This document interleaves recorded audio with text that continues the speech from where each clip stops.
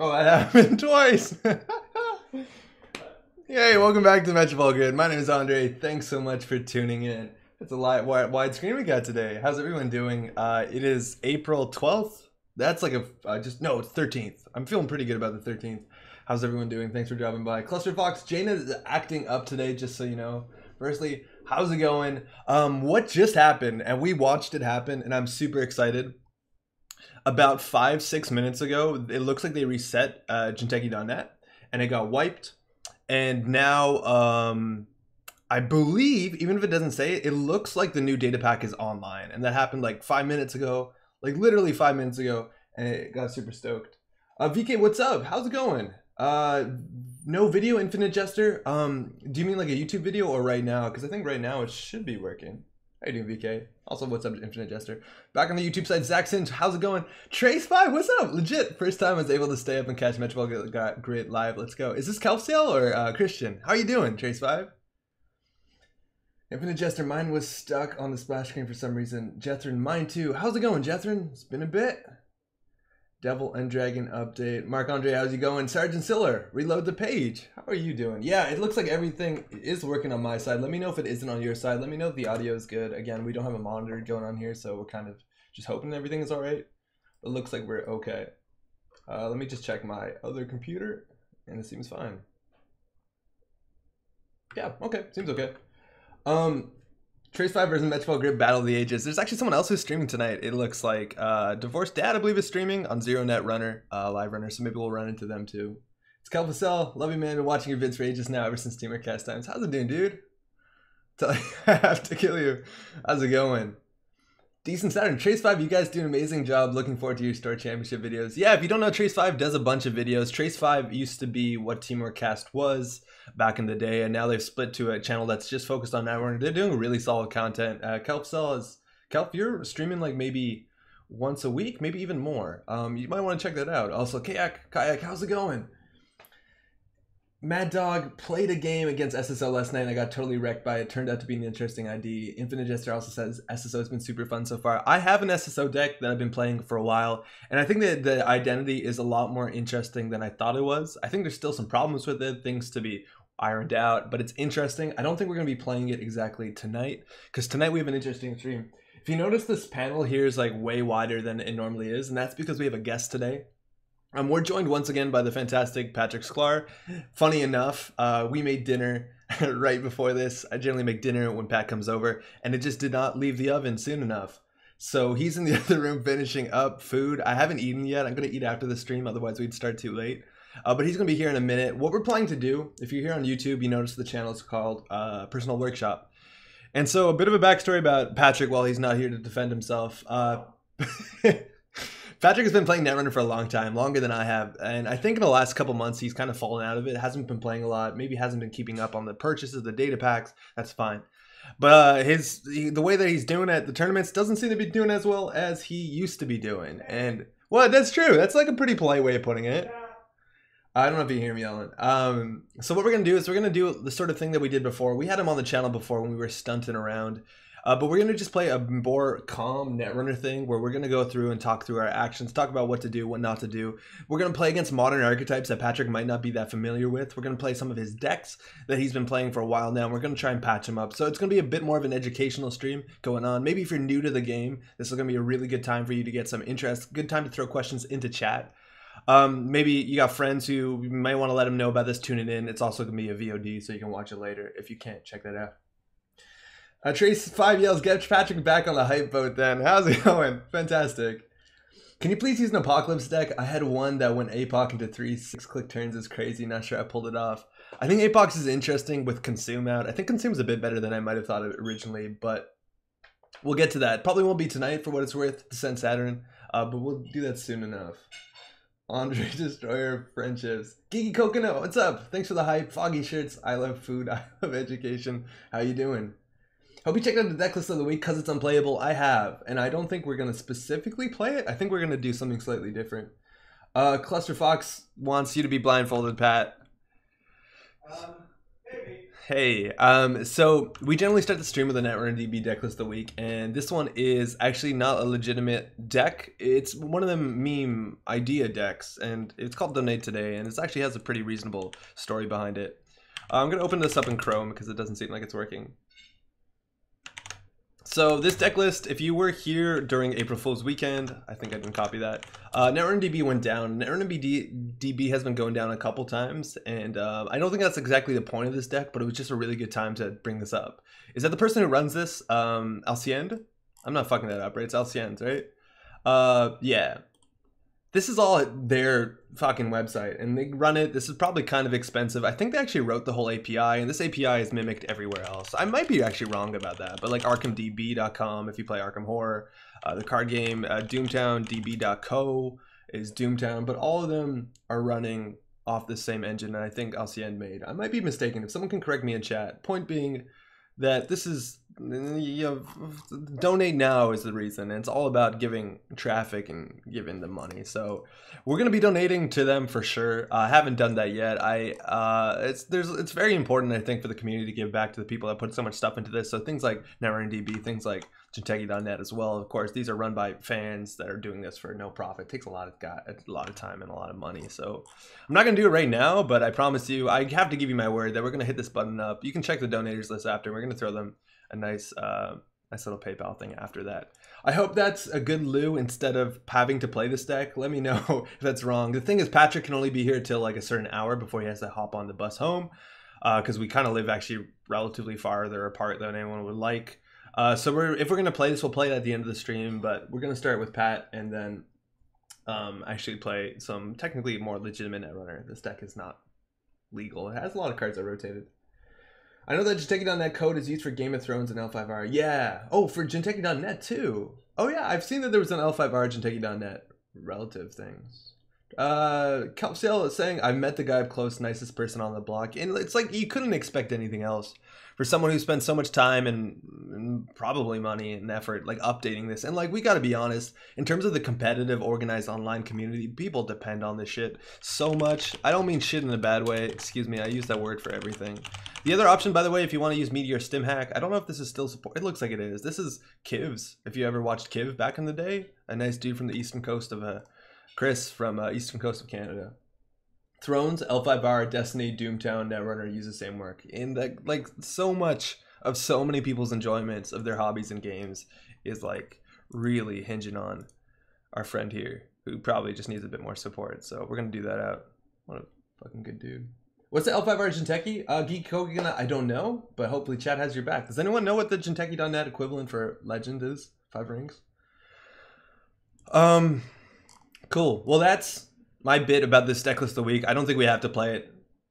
Google Ring Techie, can't remember at the end. Let's see if we can just pull it up real quick. Jigoku, maybe? Jigoku.online, it seems like that's what it is. Jigoku. Kelf has it in the Twitch chat as well. Cool, yeah, people 20 games online. That seems pretty good if you want to get into that. Again, very important to say, Jinteki.net or NetrunnerDB.com, this Jigoku thing, not at all affiliated with Fantasy Flight Games. So these are all fan-run things, kind of exist in the gray market. Do watch out for that, I guess. Cluster saying I played Netrunner against Min, aka MTG Red, and he's an amazing dude. Incidentally, the founder of Min Max Deck. Yeah, actually, if I'm not mistaken, MTG Red came in like second at Worlds a couple years ago. He's also like the Belgian national champion at Monopoly. Guy seems to be doing some really interesting stuff. So, online version of Star Wars Destiny, can someone share a link? I don't know about that, if there is, Mad Dog. I know a lot of people play that game specifically on board game simulator or whatever, that tabletop simulator, excuse me. Hey Leos, how's it going? Law Monopoly. Yeah, the dude's like killing it at Monopoly. Apparently he's super good at Monopoly. I don't know him so much if he plays competitive Netrunner. I'm not that in tune to the European scene, but it sounds like Patrick is washing his hands. So we're gonna be starting this real soon. I can shut down Chrome. I beat Mean during Belgian Nats, top 3 games. He's a very serious and also nice player. I imagine Monopoly is more about like stats, like it's all probabilities, right? Kayak, I got a course that I realized I didn't know anyone who wanted to play. Oh shit. Yeah, well, a good thing to do is go to your FLGS, your local game store, and like just talk to someone behind the counters and say like, hey, if anyone comes about Netrunner, maybe hit them up on Facebook or whatever. Hey. Yo, who's this? What's up, Hey, Pat? it's me, Patrick. How's it going? You want to switch seats? Yeah, let's switch seats. Let's do that. All right. I dropped that one a bit for what's worth. All right. This is Patrick. Say hi, Pat. Hi, Pat. My name is Patrick Hollywood Sklar. Pat, And chat, Pat. Pat. What's Pat, up? Chat. Oh my God, it is Patrick. Hi, Trace5. Yeah, Pat, you've been with the channel for a long time. We used to do Yes. commentaries back in the day. We used to do gameplay videos. Tell me a bit about your Netrunner as of recent. My Netrunner as of recent? Yeah. Yeah, I haven't been too good at it recently. Like, sometime around the Flashpoint cycle, actually, I started to play a lot less. I think I got a lot busier with work, and I didn't have time to keep up with new cards, didn't have time to go to a lot of tournaments. So I played less, I got worse. I wasn't familiar with a lot of the archetypes. But now here I am. I'm excited about the guitar cycle. I've been buying up most of the packs when I can and playing more and more. And I'm excited to get better at the game again. Cool. I think the last time I was really good at the game was around Order and Chaos. Yeah. You had a Star Championship win. Like you were really keeping up, which is great. Yeah, back in the day. Whoever this is, I assume he's awesome. Patrick, hi. How's it going? Where's the Pat emote? We don't have that just yet. Oh man, we'll work on that. Soon. BK, I remember Patrick from sub episodes of Blind Never. That's the recent time that he was here. Ration, how's it going? Flashpoint was kind of a rough patch. That largely was kind of a rough that's true. patch. There's a lot of negativity about the game at the time. Yeah. It was hard to feel enthusiasm when the people around me were not as enthusiastic. Yeah. But now that the people around me are really enthusiastic again, it's easy to get back in. Yeah, we kind of did see a golden age of Netrunner back in our local meta for sure. Numbers are getting back up though. That's great. Something Patrick is. I love cerebral imaging. Suddenly sadness. Big CI player. Actually, talking about HP. By the way, can someone in chat let me know is because I'm now further away from my microphone than I normally am. Do I sound okay? Does Pat sound okay? Patrick's wonderful next design deck. All right, 1 second. Let me move that. Okay, so what we're gonna start with today is we're taking one of the decks that you've been bringing this to like casuals. You just brought this to GNK the other day. Yeah. Was there another event that you brought this before? Yeah, we played on another GNK before that too. Yeah, that's true. Because I think I was excited about Jinja City Grid for a long time. And I thought, oh man, this is Next Design's time to shine. Turns out it's never been Next Design's time to shine. I don't think that's entirely wrong. Next Design is always, and at least in like the competitive meta, I think Next Design's always been like a solid tier 2 deck. Right. That can like squeak in some decent victories. Yeah, possible. I mean, it's a solid rush deck, which is how I built this. So do you want to talk a bit about this deck? Talk about some of the card choices? Yeah, like I said, as I said about Jinja City Grid, because it takes advantage of the fact that you're drawing ice so very often.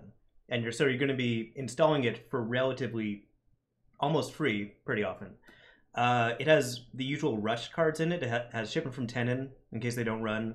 It has a fast track as well to supplement that kind of fast advanced strategy. It's important to know that Next Design does only have 12 influence. So right now we're using most of it up on the Shipment from Tenons for fast advance. Yeah. And of course, pop-up windows, because you have so little room for economy cards, because so much of the deck is taken up by ice. I try to use some of the ice to make up that economy differential a little bit. Pop-up window helps. It doesn't help a lot, but it helps. Cool. Fairchild 3.0 is my unicorn card. Only got 2 unicorns? Only got 2 because the average ice cost was pretty high. Now I think the average ice cost is about 3, which is pretty good for a deck that doesn't have a lot of economy in it. I remember playing against you before, and I think in the GNK 2 3 weeks ago, your ice was much more expensive than this. Yeah, I had more Fairchild 3.0s. I had Loki as well. Yeah, Loki was a big one. Yeah.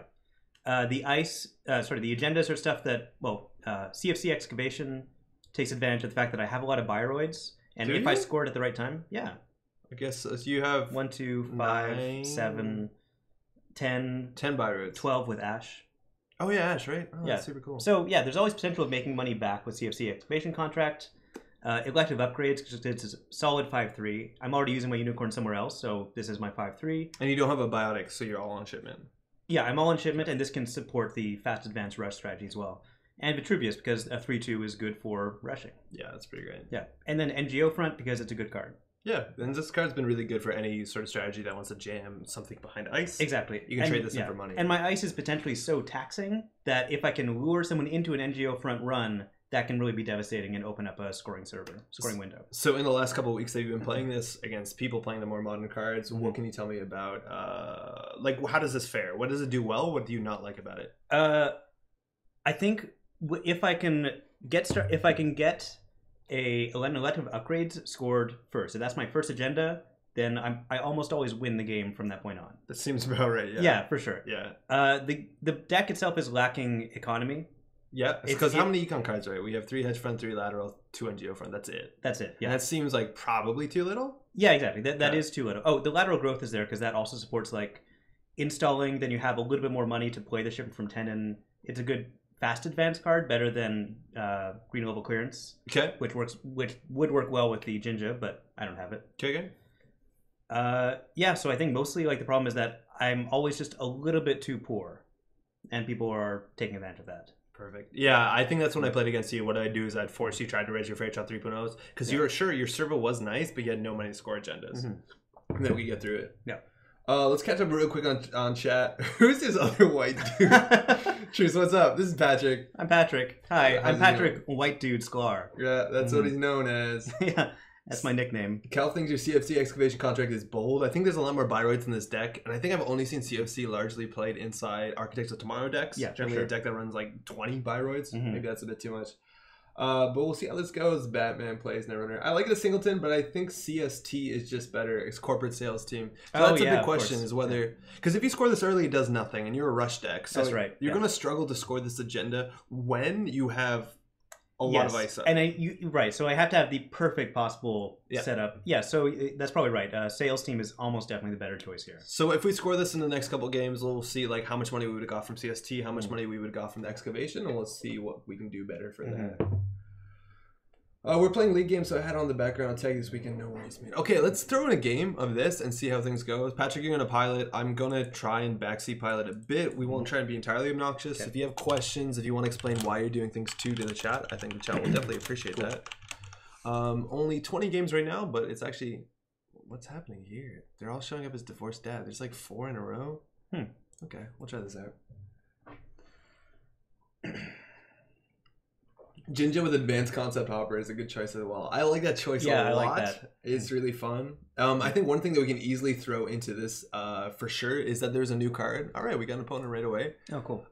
We got the new card, which is, man, I keep forgetting her name. Yahim something. Rashida Yahim. Have you seen this one? Yeah, she's great. So this is Rashida Yahim. There's no way that I'm going to get this to focus, but it basically says trash this to gain 3 credits and a card. Yeah, at the start of your turn. Which seems really good. And we're against Sunny, which is pretty on brand. Pat, walk us through this. All right, so first of all, I'm going to say hello because I think that's polite. This seems good. Chat will always appreciate. Patrick, how often do you get SpongeBob jokes thrown at you? Pretty often. It's very, very common. Also, Patrick Scar. Yeah, this is... Okay, so first of all, I'm keeping this hand because it has 3 ice. That is usually the choice with... I mean, it has 3 ice and 2 economy cards. That's really solid for a next design deck. Okay, so we're playing against Sunny, and Sunny specifically is a slower deck. She does deal with ice relatively well in the late game, but I think that's actually a favorable advantage. Yeah, because we can rush her out. Would you change your ice just selection or your chance of mulliganing hey, Pat, based off of your opponent right now, or do you would just keep 3 ice? If I'm playing next design, I'd always keep 3 ice in the first hand. Okay. Almost definitely. This is pretty solid ice. Now, your Ravana is technically only good if you res the Nausea, but I think that's actually a really good hand. We can't ask for better than that. Yeah, absolutely. This is one of the best hands I could possibly get, so I'm going to keep it. Cool. And Cluster Fox, you better have turned off the stream by now. Yeah, keep. That's how you can tell this is a Canadian stream, rampant politeness. GLHF. You got to throw a GLHF in chat. Yeah. Okay, so... This is next design. Before your turn, install up to 3 pieces of ice, 1 on each server, and you can make a remote server, right? Yeah, I can. Yeah. All right, so Architect probably over R&D. Seems good. Why is that? I just always put Architect over R&D. Okay. It's good for protecting R&D, because if it fires, then you can choose what they access. I think that's exactly right. Yeah. Oh, you just click on it. There's no dragon on JNet. Oh, Patrick, by the way, also doesn't play a lot of JNet. That's right, yeah.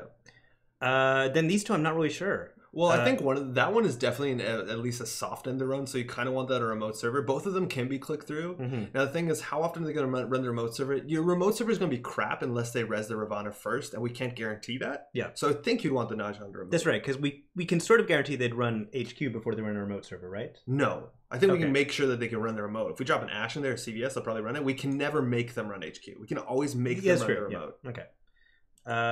Yeah, okay, I'm start with that. The hand is crazy good. Yeah, that's a really good hand. So to make sure I draw back up, do I just start through it? Yeah, start turning it as auto. Okay. Oh, no, you meant to click your ID. We fucked up. Okay, so just draw 1 more. and take a click back, which they reversed the plus and the minus probably from the last time you played. This Yeah. hand's dope. All right, this is pretty good. All right. So walk us through. let me think. So we could, So hedge fund first. We could always use the money. This threatens all our ice. As soon as Yeah. we have 6 credits, they have to respect Fairchild 3.0. Not that I think Sunny's going to be running early, but it's good to have money. Yeah. And that Enigma is also dope for the remote server because now we have 2 end the Yeah, runs. that's what I'm thinking. Yeah. So we can use lateral growth to install this over the Naja. I mean, on top of the Naja. Sure. Do we want to empty our hand at this point? I think with the money be good. Yeah. The money will be good starting early. So select cartoon install, put that over server 1. Yeah. Cool. Does it automatically subtract your credit for installing over? Yeah, it does it all automatically. And then lastly, I guess put maybe an Ash down in that server. I think Ash in the remote is good. If they do check it, we have a chance of hitting them with Enigma, which is always great. Because Ash against Sunny. Ash against Sunny is not great, but it's like they need to get all their breakers and they're expensive. Yeah, that's true. And it's something to... It's definitely something. It also looks like something, so they might just run it. And that'll be nice. Yeah. Yeah, I think that's good. Won the turn. Kelf is saying there's white hat and runners generally want to press for reses everywhere to keep them low on money. So you should expect next Q res either way. They might check HQ, going down to 2 cards, and that's the thing is like playing against next design, the fact that they draw 3 cards and then draw another one, we generally have 4 cards in our hand that we might not have expected it to the mulligan. That's a good point. And that makes HQ pressure really strong against early next decks. That's the thing I almost always do against next deck is turn 1 run HQ. And if they have to think, oh shit, do I res it or not, then you can consider the remote. Yeah. That being said, I don't expect Fairchild 3, and the last time we played, their Fairchild 3 hit me really hard. Mm-hmm. You might get white-hatted here. I don't know if you white-hat away 2 cards. So you have to no more action, because they're just laundering archives. So they're going to set up a bit. Now, luckily, we can go a bit faster than most of Sunny. Sunny has a lot of drip economy, things like underworld context, and a lot of times in these matchups, it's not that relevant. Yeah. So if we can get some agendas now, we could even start scoring them pretty early. Yes. We just have to make sure we have a modicum of money. So that is right, pretty good for us because we top deck an agenda. We're really good. Yeah, we've got ship from 10, and if we drop deck a 3-2... Oh, they did run. Yeah, that's true. They did run, yeah. All right, let's start our turn. Yeah. Oh, perfect. Do you want to advance that or no? I would advance it once in our situation and then take a credit. Yeah, seems good. All right. Yeah, there's no dragging. You just single click. Okay. Advance it? Yeah, you just click on it, advance, and then you can credit up. So what does this do? It makes a fork. They're going to start the turn with 5 credits. If they want to run this, they need to get through 2 ice. One of them is technically porous, but the Enigma does demand an answer. Yeah, and they still have to beat an Ash, which is still... We're trading 2 credits for 2 credits. Yeah. And these aren't terribly expensive ice for us. No. It's not terrible. And we can afford to res one of these 2 and also res enough here to block them. So... And if we get that token off the top, we can actually use that to pay a hedge fund or lateral growth back. Because I don't know if we're actually going to need recursion that much against this specific matchup. Mm-hmm. Ransom, watch out for DDM Sunny. I think we totally have to. DDM is going to be coming out relatively soon. They're deucing now to draw. Wait, what is DDM? Deep data mining. Oh, deep data mining. So they can see 5 cards on the top of R&D, which will really lock us. Yeah, I put that in my Sunday decks too. Yeah. That's just really solid. Also, movable object. How's it going? Your faces are blocking chat. Oh, that's very true. Okay. Thank you. So our faces are pretty big today, so let us know if we block stuff. We're going to be blocking stuff more than normal. Hey, Roberto, what's up? Hey, Andre, hey, Pat. Oh, hey. Never seen you on YouTube. How's it going, dude? They didn't run this turn. I don't know. Do you shipment that? Well, if we shipment it, we can get it back with the token. So then we shouldn't spend the 2 credits and show them that we're on shipment. That's a good point. Yeah. Okay, let's start the turn.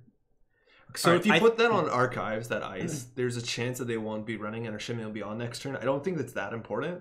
Right. They might be running archives either for white hat or tapworm. That's the way I see it. And tapworm is not particularly good against this deck. Yeah, Cluster Fox gotta concede the early agendas, I guess. I think that's right. I think we just score it, get the token on it. Yeah, right? Token's good. Yeah. Token's a hedge fund. Token's another shipment. In theory, we can do shipment, token, shipment, and score a 5-3. Exactly. Yeah. Or no, a 4-2. A 4-2. Yeah, that's okay. Advance and last click. What is the DBA? Advance and then score, right? Do it up. All right, so we're at 7. We still can res ice on R&D, which is the only server I think that matters right now.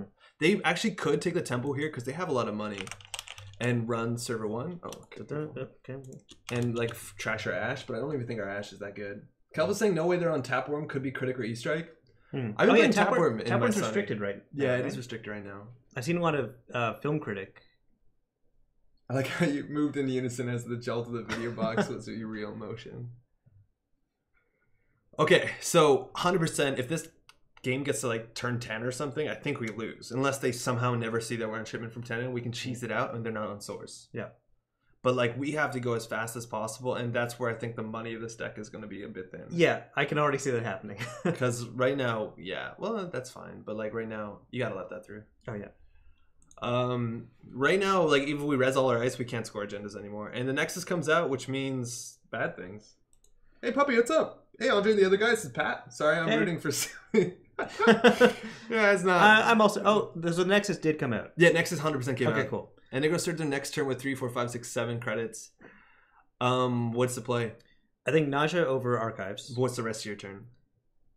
Because you always should plan the rest of your turn first. Yeah. Okay. So maybe we draw first. What are we trying to do right now at this point in the game? We're trying to jam agendas in that server, and we have to draw to find them. And we're not on clearances, right? Right, no clearances. So we have to manually draw our agendas. Yeah. Okay. Well, we also have fast track. Right. Yeah. So maybe draw first, or install Nausea over Archives and take 2 credits. I would like to draw once. If we can jam something in their remote, they might have to run it. Yeah. Oh, that's a bad one to hit. That's not a good one to hit, actually. How much? So if we put an ice on Archives and then click for credit, we'll be a 1 and 4 on HQ, which is not the worst. I think now every turn they'll poke a central server, because that's the problem is as long as we're running once a turn, we can't afford to res. Yeah. We really can't. So I think putting something on Archives is probably fine. Okay, so put this on Archives. Click for credit and gain credit. I'll be honest, I think we might have lost by this point. Yeah, they've got their economy set up pretty well. They're going to make a lot of money. Nexus absolutely ruins us. Yeah. And that's actually like a overall arcing thing right now. I've been running with my SSO deck, which is a rush deck and things like that. Is that more than ever that I've seen in the Netrunner meta? People are on things like Bahali and Kagamato, and people are on like Nexus, and Inside Job is kind of popular with 419 and Fem. That I think rush decks might be in a hard place if they don't have something to back it up. Yeah. Like a lot of rush decks like these, classic Nex decks that people have been playing, you see they're always going to run. We can't afford to res that. There's no way, because they just trace. Yeah, so... And they're running last click. There's a benefit of resing ice against Nexus when it's not the last click, because that means they can't run again. But this is last click, right? Alright, so they've accessed... Nothing. Well, we'll see. And now, that's a good draw. That's a good draw. We don't need to jam there right away, though. We definitely want to always draw first. We got to figure out what our plan is here. And they're going to start the next turn, by the way, with 19 credits. Yeah. So I think we need to get like 3 ice on server 1 and go. Okay. So you definitely always draw first. Yeah. Okay. Draw first. That might be helpful. You can fast advance at 3-2. Well, you can fast advance at 3-2 if they don't run with fast track. It's interesting. Yeah. So how do we score this 5-3? Because it's going to be dead in our hand. We can't bury it. I guess we do have 1 copy of Preemptive. Yep. Which is a strange include. Watching my 50-inch 4K TV. Hope they white hat. Yeah, white hat's going to be really bad really soon. All right, so I'm going to head fund. Okay. By the way, apologize again for the Leela game 2 weeks ago. Oh, that's fine. It's all good. Oh, what happened in that game? It was a brain damage deck, and I played a pretty degenerate deck, and they just sat through it, and they won. So do I Architect over here, or does that make HQ I think you should Architect over there. It makes HQ, like, it's kind of a bluff, I think. Yeah, I'm happy with this. This is what it seems okay, but we need a remote. And this might slow them down. They might not get accesses because they understand they at least need 1 breaker. Yep. Generally, breaker plus Nexus plus Byroid, you can get through a 3 ice remote. Hopefully. Maybe never advance the upgrades. There's a chance. Like, we could drop the elective upgrades in there and not advance it. And I think they won't run it, right? Like, they might think it's like an Ash setup or a Marcus Batty or what I was talking about before is I think these decks used to play Brian Stinson, and that was a way because we have no punishment if they get a remote server. Yeah, that's an issue, but that was going to be an issue no matter what, and that ice is useless. Ice is useless. Nexus, so we have a chance of this going poorly. No more action. Let's see it go poorly, huh? Aetherian, how's it going? Just put in the remote. If it doesn't run, you can score it from 0 advance from SFT. I think putting in the remote is probably not wrong. The thing is, I know that Sunny with a Nexus and 1 ice on every central server is going to run every single turn. So I think the SFTs, which they now also saw, are dead cards. Yeah. So if we put in the remote, it clogs the remote if we do draw an agenda like a 3-2 that we can jam in there. Yeah, so they've stolen the elective upgrades. That's fine. That's fine. And like right now things are really bad because they do have money. They can run every turn with Nexus. And I think SFT in this deck, this is not the sort of deck that puts good ice on every server. So I think the SFT might just not make sense. No. Not all corps are bad. The whole point of like half the lore is every single runner corp are good and bad sides too. Yeah, they're actually pretty cool about the morality. What is that ice? Oh, that's what Victor looks like now, Victor, right? yeah. Nice. I like it. Corey, what's up? I watch on YouTube after the fact so calmly that I forgot I can chat. What's up? Fast Act for Vitruvius install Ash in the remote. That's something. That would be but kind then of we weird, lose right? our Ash. We can't res anything. I think that's a fun play, but then I still think they can contest the next turn. Yeah, I don't think it buys us anything. But it would be a fun play. But you're right, it wouldn't buy us anything. We yeah. need to just draw because we need to jam 2 agendas in a row. Okay. Oh, that's a good card. That'll help. Yeah, put that in server 1. Yeah. And that's the thing. We can see if they run it or not. Yeah, you're going to need credits. You can't res anything. Our 419 is self-proclaimed dick. Figuratively, yeah. 419 is labeled as amoral, which whether that's his decision or someone else's. Yeah. I see a big problem with this deck already. It relies on Ash, but Ash only works if you're rich. I think that is 100%. That is 100% true. Correct. Yeah. What else could we be running in terms of defensive upgrades? There's actually not that much. Everything is money reliant unless you want to spend yellow influence or Marcus Batty, which I don't think we have Marcus Batty subroutines. Things are not looking good. Hi, Dr. Apathy. Apathy, what's up? Can we at least get a high five from time? Okay, Underworld Context is going up. So they didn't run this turn, and I think they have to run a central server last click. The thing is, wow, they didn't run that turn because they didn't want to overdraw cards, which means our SFT, double SFT is live, which means we can like blow the bank on our fast track and actually score something and use our Vitruvius token. Okay. Let's see what we top deck. So Ideally, first of all, we we... No, I don't think we... There's no way we res that. Did we res that? You don't think we should res this? Well, how much money does it take to SFT, advance? Less than 11. Yeah, fine, res it. Okay. All right, so now we start turn. Yes, that's a terrible outside ice. Yep. But it's going to go here anyway, isn't it? Yeah, for free. Okay, so in theory, we could do fast track, install Vitruvius, Shimmer from Tenon. Fast track, install Vitruvius. Yes, Shimmer for Tenon. Oh, wait, no, we can't. Can we? No, we cannot. Fast track, install. Yeah, we just can't. Okay. So we hope they don't run next turn, and then we draw an agenda, right? The thing is, like, we have to play around how they play, and they might actually not contest us remote, considering they only have a Nexus. They probably have breakers by now, but like, yeah, fuck it, fast track and agenda. I think we have to take our ads out. We have to. All right, what do you want? Vitruvius for the... Yeah, your CFC is terrible at this point. Okay. Just dump that in there, take a credit. They might even think it's a bluff. Putting the Ash in there, I think is bad. I think we just need to do this. Good luck, us. Yay. Yeah, Calvin's saying just fast track it anyways. I think we have to, because if they spend their load going in here, they might have to Nexus the Enigma and then the Nausea ends the run, but like the Ash is really bad. The Vikram on the outside, not Vikram, what's it, Ravana? Ravana, yeah. Is technically trash. What did Vikram do? Vikram does brain damage and stops right. you. Okay. They have the code gate, so this Architect, it's now just basically Architect and that's it. Alright. This does turn our Ravanas on, though.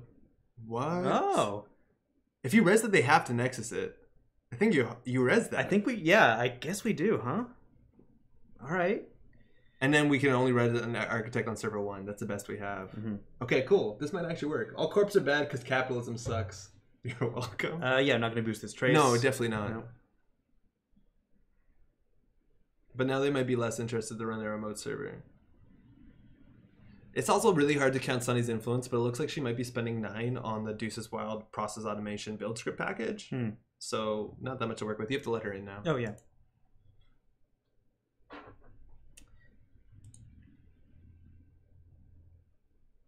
Capitalism is an inherently flawed system. That is technically true. Yep. All right, so if they run in this last click, the best thing we have is the Architect Fires, which means we can bury one of our agendas. I don't know whether they finish the run. They might, just to disrupt the Jinja. There's a chance they might not run, but there's not a lot we can punish them with. Like, the best would be maybe a Roto Turret, and we don't have Roto Turret in this deck. Roto Turret's kind of bad with Jinja as well, right? Because you show them that you have... Yeah, you don't want to surprise... Yeah, it's not a surprise anymore. Yeah. Leftist Netrunner stream. Oh, shit, we got a 3-2 out. Oh, okay. Right. Okay, so start turn. Satyr, that's really good on the remote server, and you can actually trash some of the things that are garbage to like get rid of space. Yeah, you want trash Ravana? How much do we need 1 credit? I feel like the only way we're gonna possibly win is by putting as many ice on the server as possible. Yeah, no, I'm just gonna put stack there. it on. Yeah, because we'd be saving a credit, but then losing strength on this. So yeah, that's true. So just advance it. Yeah, we're gonna be zoomed out a bit. Capitalism is inherently flawed. Clicks are an inherently flawed system. Don't trash anything. Satyr's too good otherwise. That's totally true, VK. The Satyr specifically is fantastic. All right, so we're poor, but we have 4 points. We are very poor. Yeah. We got really leftist really fast here. Capitalism is the worst form of economic social construct, except for every other one that's been proposed. Okay, I feel like it's kind of it's kind of an abstraction of the. They're only on 3. Ravana must cost them 4 one day. Wholesome space anarchism. Mm-hmm. Actually, I prefer wholesome space monarchy. Yeah, we need a good monarchy. Yeah, I mean we do have Princess Space Kitten already. Career Fair out of the folding. They didn't run this turn. They didn't run this turn. Is there any chance? Oh my god. No. There's no way we win. We need money. Top second agenda. Damn, we're good. We're not gonna put that in. Yeah, you have to put that on the remote. Do we? That's how you win. There's no way we win. Otherwise, we don't build a stupid remote. Because their breakers suck. Mm-hmm. Like, they break Victor for 4. Okay, I'm just gonna gain credits, right? Or draw and gain credits? I would draw once, because we can jam a 3-2 if we get it. Jam that. Just jam that. Just jam that. Just jam it? Alright. They'll definitely run this. Yeah, but we can't res any of this. That's fine. They might not run it. Okay. Alright. This makes sense. Maybe jamming was Would wrong. you both be space monarchs? Yeah, I guess we'd be space monarchs of different nations. We'd probably have to go to war, right? Yeah, I want the moon. Hope they install the source. You can have the moon. All right, Chris, how's it going? Happy Thursday as well. Hopefully you're enjoying your spring. It's going to be a blizzard here on the weekend, by the way. Oh yeah, it looks pretty rough, doesn't it? My D&D group is going to be miserable. Yeah, it's not going to be fun. Steve says he's going to be on time. He's not going to be on time. Never is. Yeah, maybe jamming that was wrong. I think it got a bit too wrong. excited. That's definitely wrong. The thing is, if they take that, they're going to have to spend no money, so that's good for us. I think they had to spend 2 credits on a trace. That's an expensive server. We can only res 1 ice. Oh yeah, that's definitely not correct. Sunny's playing way too passive. I agree. Sunny is Cluster Fox being nice? No. Hmm. Corey's saying, is this deck running NGO? NGO is one of our better draws right now. We only have 2. And Shazner, how's it going? Good evening as well. Credit, run. It has to be that. There's no other play that goes 3 credits. Okay, so we could goof that one a bit. So let's we've got the Satyr, most right? powerful ice here. So Satyr right now is... No matter what we res, they Nexus. So it's in our best interest to res a right. Biroid. So it's definitely the Nausea so that our Ravana's turn on. Sure. So Nausea is the bottom ice. Okay, so no more action. Guys, stop conflating systems of government and economic systems other than something like monarchy communism. You can mix and match as much as you like. Yeah, okay, that's true. It's a monarchy where everything is free. Yeah. Okay, we make sure that we didn't goof it. Yeah, Nausea's on the inside. I think you definitely res the Nausea. It's worth the 2 credits. Yep. Oh man, we're going to scare them with a res. Boom. Victor is a strictly better Ravana target. That's interesting. It is cheaper though. And we can lateral out of this. Alright, so we're not going to res this Ash, right? Yeah, maybe Victor is strictly better. No, 100% we don't. Okay. No. So no more action, right? No. We just let them do this? I think they're probably not even going to trash it. Yeah, just let them in. We can lose that one.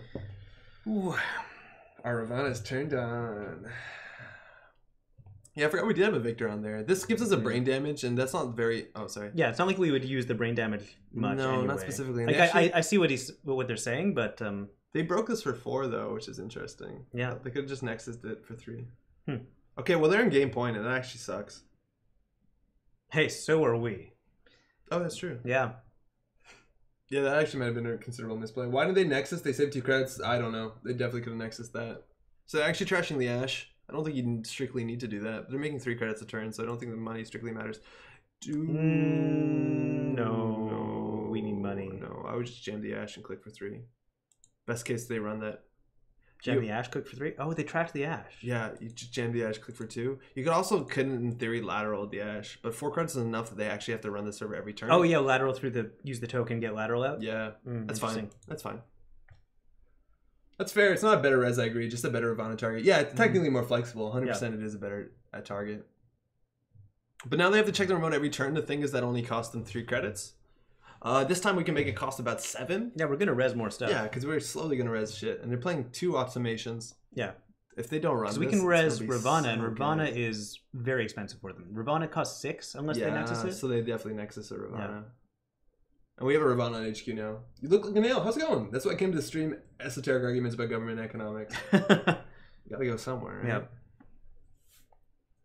And they have 6 cards in hand. Generally, the way they've been playing, they don't like to discard their stuff. They did throw out one, what's it called? They threw out a Nexus. They threw out the net damage card that doesn't matter in this matchup. Oh, yeah. 2 cards on Nexus, they have 3 link.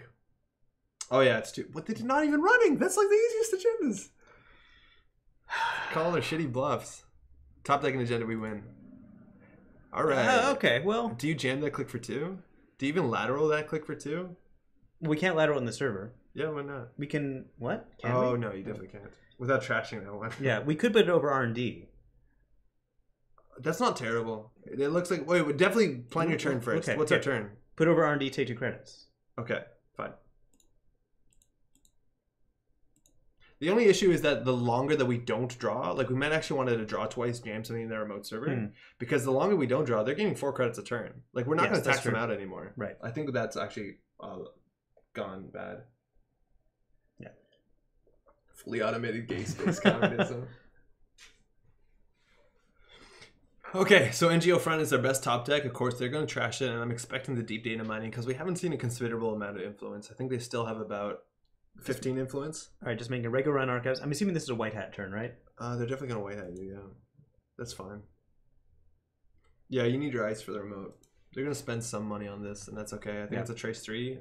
Actually, don't spend anything. Yeah, just don't boost that. Go all in. That'll spook them. So they can see their whole hand. I think they definitely shuffle back to shipment. Of course. For what it's worth, I like this turn better if they just ran R&D first. Now, they might not be able to double run because it doesn't look like they have their killer just yet. They did draw a bunch on the last turn, but you could see the top card of R&D, shuffle, run again in theory, and see 2 new cards. They're leaving us with the victor, which makes the most sense. Queer space anarchism.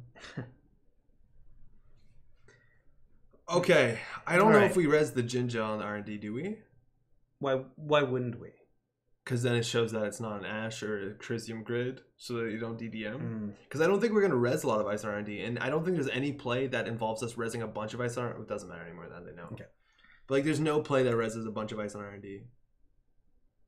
There's no way we can win this.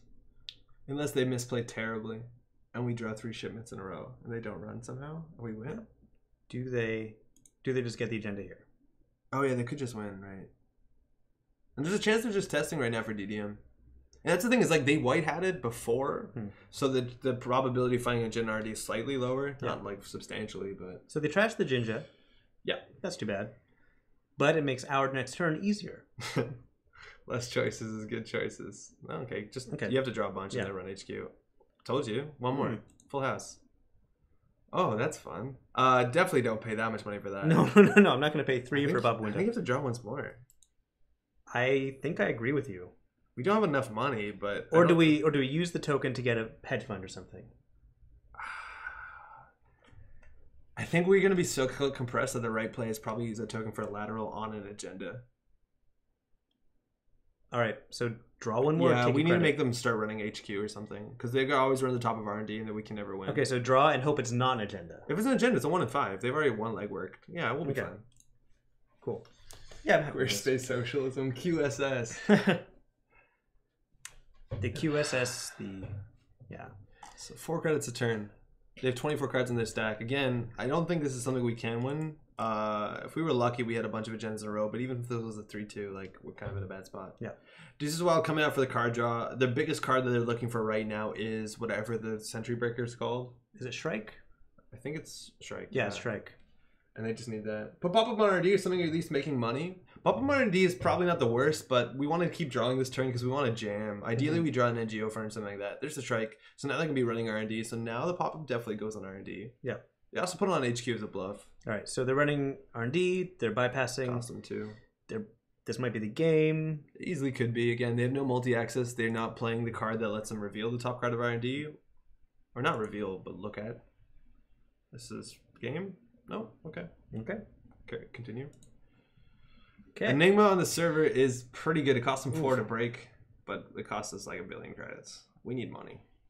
I think this turn we have to draw. We have to lateral the Pop-Up on R&D.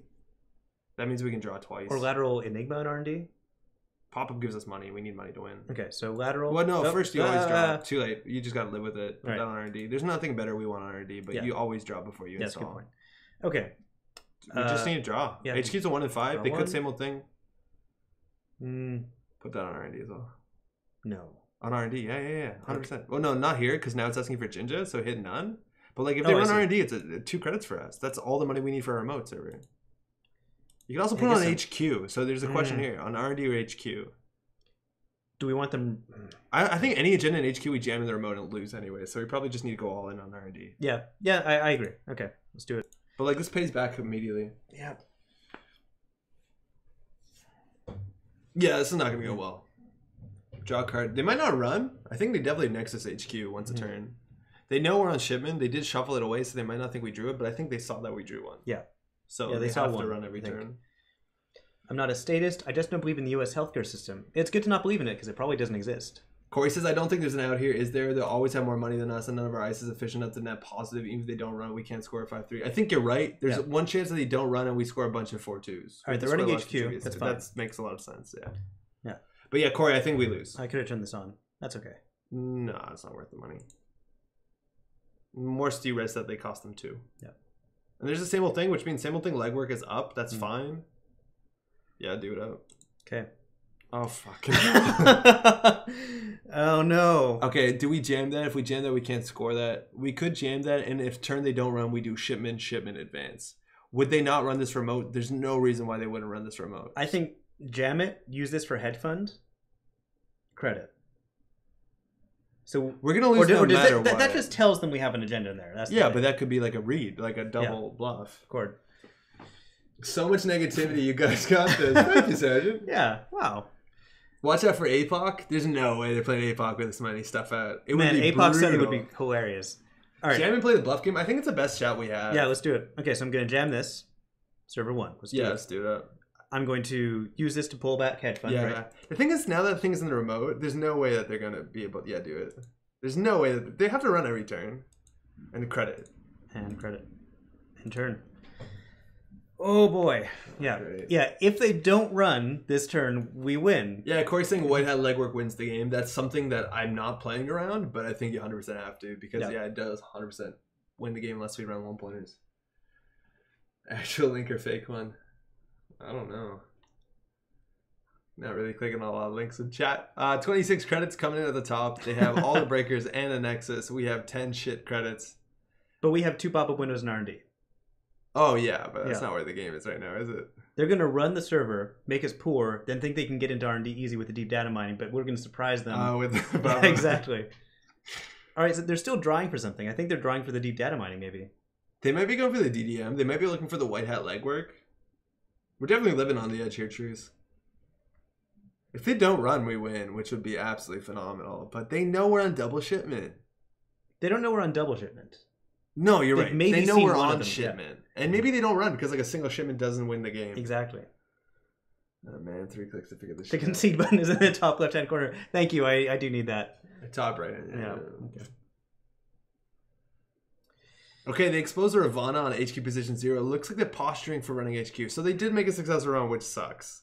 Unless we res the Ravana. 100% res it. No, you res it because it's a bluff. Now it makes like the server 1 isn't good. God. Because there's no way we res HQ. It looks like there's an agenda in here, and it looks like we put an upgrade in server 1. Yes. I think resing. I agree with that. Yeah, that's good bluffing strategy. Effective, what's up? Are they exposing an agenda and run? I think Deuce's Wild only exposes ice.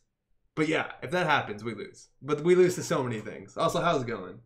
It's on the left because they're looking at us from the screen.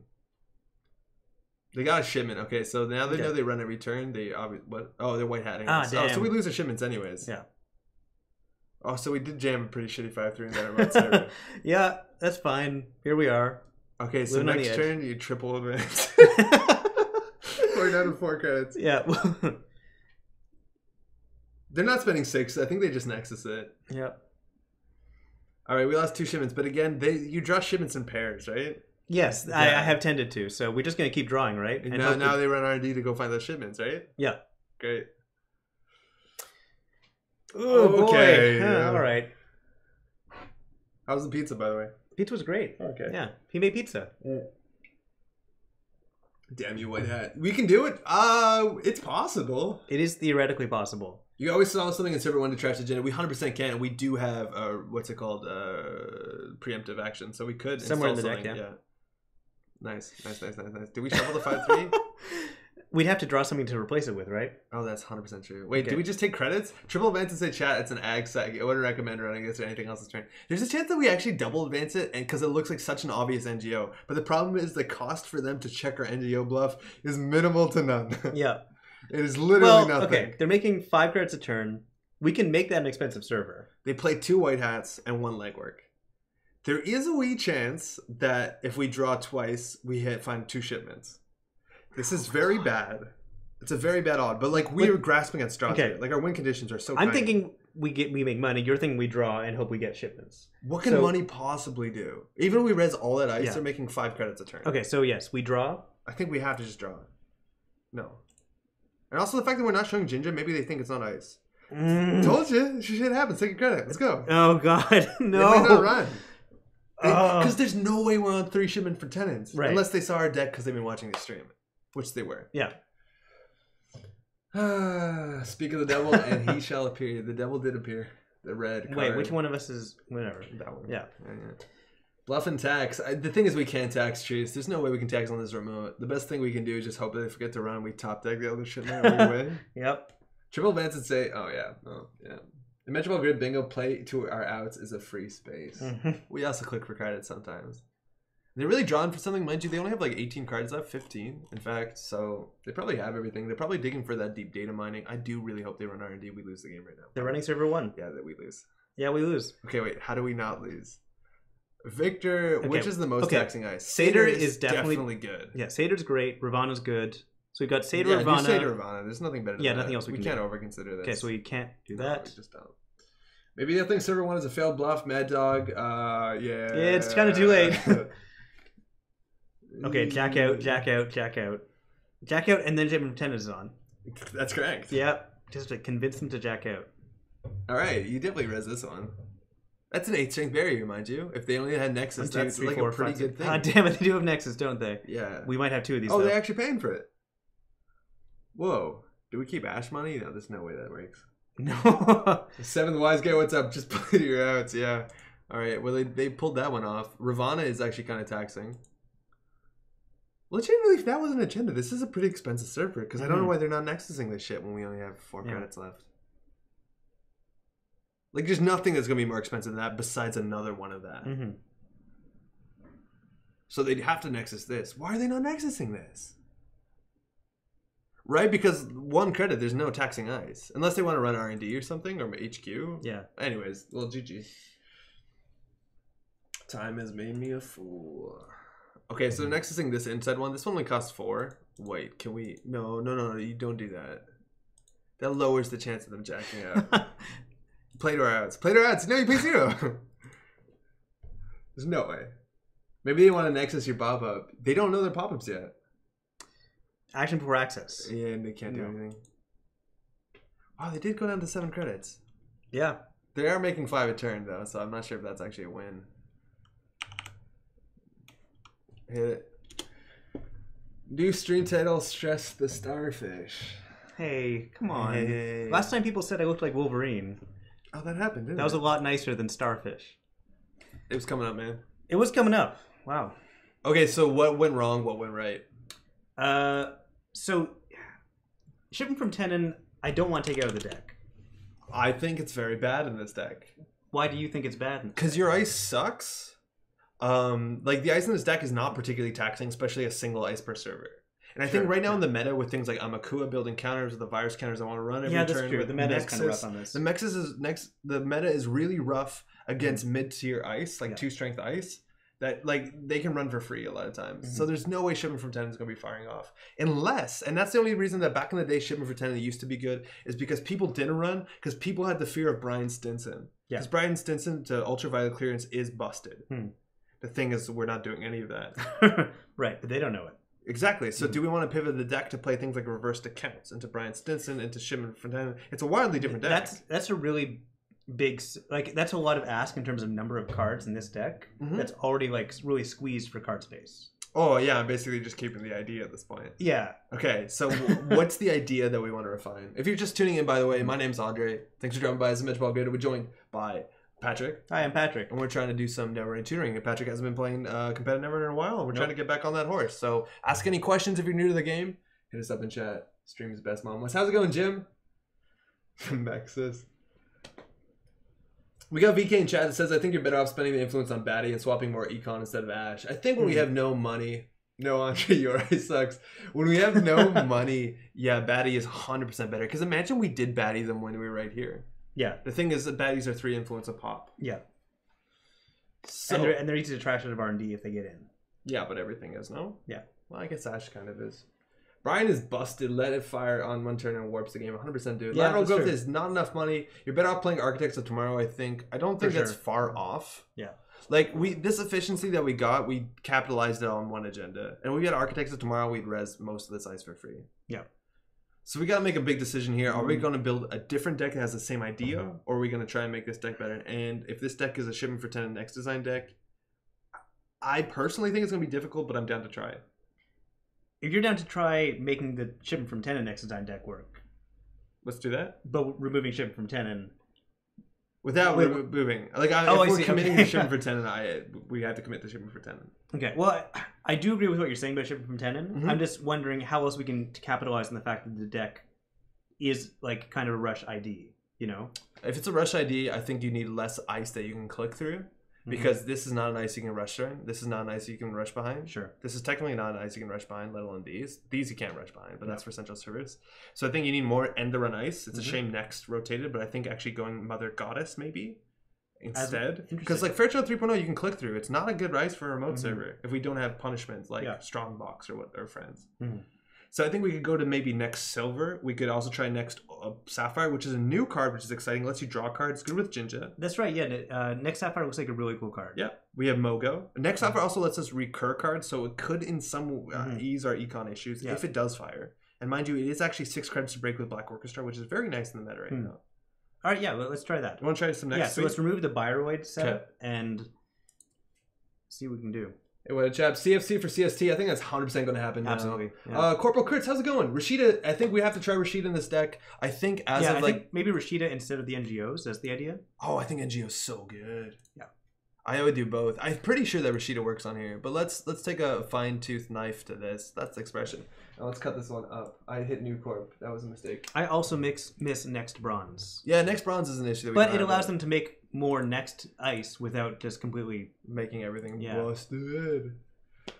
MC is a card that can literally make any deck win, but if you want to fix it, it won't be a rush deck. Kelf, if we put in MCA, it'll be a bit slower. And yeah, Rip Next Bronze is true. Also, Mika, what's up? Oh, Mika, that was your idea, the MCA for Fast Advance. Yeah, it totally is absolutely absurd. And also makes people not run, which is interesting if you want to play Shipment, because then they're scared of FC3s and stuff like that. Burk Bugs is great for yes, that's definitely true. Cluster Fox is saying maybe some Night Dancer. Night Dancer is super interesting. I haven't seen it work. It is very expensive. Oh, Night Dancer? Yeah, Night Dancer seems like a really cool card. It's 6 credits. But it's so expensive for this deck. Yeah. For this particular deck. But I do like Night Dancer a lot. So we're going to remove these for sure. Okay. All right, so what do we put in instead? We have a couple options. We have the Advanced Concept Offer. That's a reason why people might not want to run, because you draw on credits. I don't think it's a strong enough condition. It's not strong enough. It's cool with Jinja, but otherwise, corporate sales team is cool. Is there a chance also we can just drop elective upgrades and play other 5/3s and maybe play SSO, which gives you 9 credits? That's a lot of money. Yeah, I guess so. I mean, I like I like what elective upgrades does for this deck as well. So let's keep on the elective upgrades, because elective upgrades and shipment from 10 and it's like your combo. Yeah. Okay, so I think another 4/2 is in here. All right, so. Night Dancer and Batty is super cool, but I don't think we can fit Batty in this one. Akawa might be good too. I don't think it's as good as Elective for what Pat wants to do, but it's definitely a strong card. Yeah, Akawa is a good 5/3 if you don't know what else you're going to do, for sure. Yeah.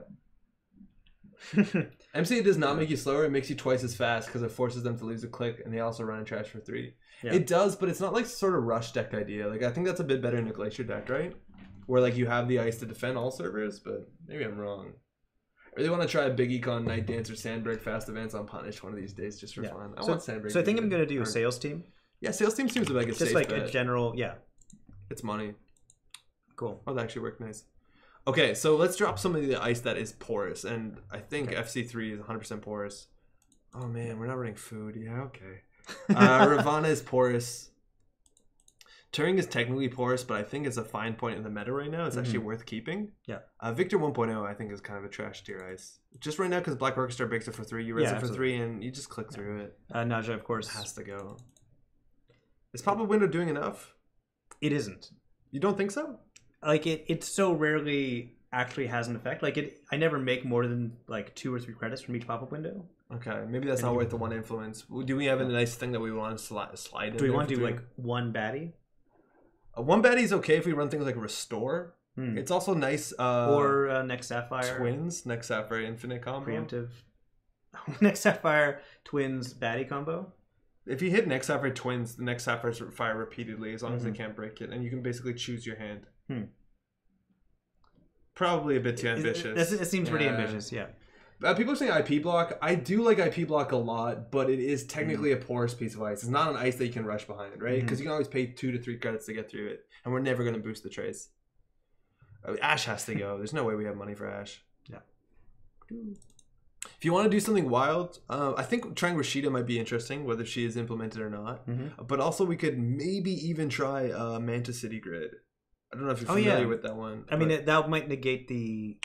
Jinja? Although Manta you put over... Oh, yeah, never mind. It's a region. Okay. Never mind. Corey's saying one baddie seems good. Yeah. Newshound is a great piece of ice corporal crits, but it needs so much support. It needs so much support. So, as far as ice, how much ice do we want? 21? I think 20 is the bare minimum. Yeah. What did you have before? I think I had 21 or 22. Okay. I can't remember exactly. Let's get some ice in here. So let's get end around. We said we want to do next, so that's right. We're talking about next. So next stuff, silver. Yeah. Yeah. That means we can put in 1 or 2 Mother Goddesses. I think 2 Mother Goddess. Also, in this meta, where admittedly it's kind of a double-edged sword, which is actually a funny pun considering we're talking about Excalibur, on the basis that people are running central servers to get tokens for stuff. So it's cool to surprise someone with Excalibur because then they can't run your mode. That being said, it is a 3-strength thing that's broken by Amakua, so like... Don't forget Econ, yeah. Next Sapphire. I don't know if 3 is good, but let's fucking try it. No, let's try it. I thought you were writing Sapphire. No, just hit add to deck. I think it works. Yeah. Oh, it does. Okay, cool. Just goofs it. So that's 19. We need more hard in the runs, though. Yeah, we took out a lot of ice. And now we have Next Sapphire and Pop-Up Window, which are both kind of porous pieces of ice that are doing similar, just straight up end the runs. Yeah. This deck might not be wrong for vanilla considering how much money you have, and it does make Seder better. I was running about vanilla, yeah. Vanilla might be worth it. Is Macrophage better as a central defense than Excalibur if you're trying to stop token farming? Yeah, it is. Defcon, what's up? Is this a rush deck? 100% is a rush deck. Mogo is restricted, but we did take out our FCs, so we're fine with it. You have 6 hard enter runs plus Enigma. I think we want to go a bit more. IQ. IQ is... I can't remember IQ. It's strength and cost is equal to our hand size. The problem is... Right. I don't know. It's not that much better than Enigma most of the time. No. Because like to get a value against Anarchs, you have to have 5 cards in hand. Because at 4 cards in hand, you still break for 3. Advanced assembly lines. Oh man, Maui. And then I read the rest of the sentence. Man, it's quite a bit of work getting to comparison. Well, sort of. We just want to make this a bit more elegant. I love Will of the Wisp. I don't know if this is the right deck for it because we can't afford it for 4 and we're not playing Breaker Big Grid, but that card I think is a bit underrated right now. Yeah, for sure. We got 22 ways. That's great. Let's get some more money in here. Do we drop the pop-up windows for something more solid? Maybe even we got vanilla. Yeah. Maybe Magnet. No, Magnet's not that great. Magnet's not particularly good. It's not much better than it's no better than Enigma. Enigma's better. Let's get money in this first because I think we don't have money. Rashida Jaheim might be an issue, but we just need straight econ in here. I don't know whether IPO makes sense. I don't think it does, but this deck is definitely lacking money. EULA, that's not a rush ice. You can click through that or just walk through it, right? You have to pay 6. Yeah, Defcon, I think you're 100% right. The Will-O-Wisp is really great against Anarch Breakers. Yeah. Bailiff has a similar effect, though. I can't remember the influence. I think Bailiff is 2. I think. Yeah, Bailiff is 2 because I think I looked at it for this deck. Yeah, Bailiff is an underrated card right now because there's an Ice Destruction. Yeah, it's 2 a pop. Ice Wall better than Pop-Up? Yeah. you want to drop, maybe put a baddie in there? Yeah, let's drop pop-up windows for a baddie. Man, I honestly think, and with all due respect, that we'd probably be better off with 2 baddies, 2 shipments, just to kind of like spread out. Sure. With baddies, really good with restore, but we just need to get money in here. And how do we say we're going to get money in here? Next Sapphire is a bit of econ, but we just need to drop real money in here. Yeah. If we want to res all our stuff, we can do peak efficiency. If we're sure end the runs are going to fire, we can do successful demonstration, but that's like kind of all in, and the late game is crap. Yeah. Rashida is money. NGO Friend is probably one of the best cards, and we probably want to play more of them because the more often that they think it's an NGO or see NGOs, the less likely they might be to run a remote. Yeah, that's true. All right, so garbage. 3 NGOs. Like NGO is probably one of the best things to draw after we draw 3 ice. Yeah, maybe right? 1 peak efficiency because it's a better late game anyway. I kind of want to try Rashida. Do you want to try 2 Rashida? Yeah. Let's see how she is. I don't know if she's implemented. 1 copy of gold for the potential baddie wipe. Yeah, I think we probably have to. Oh, 1 copy of gold? Yeah. Yeah.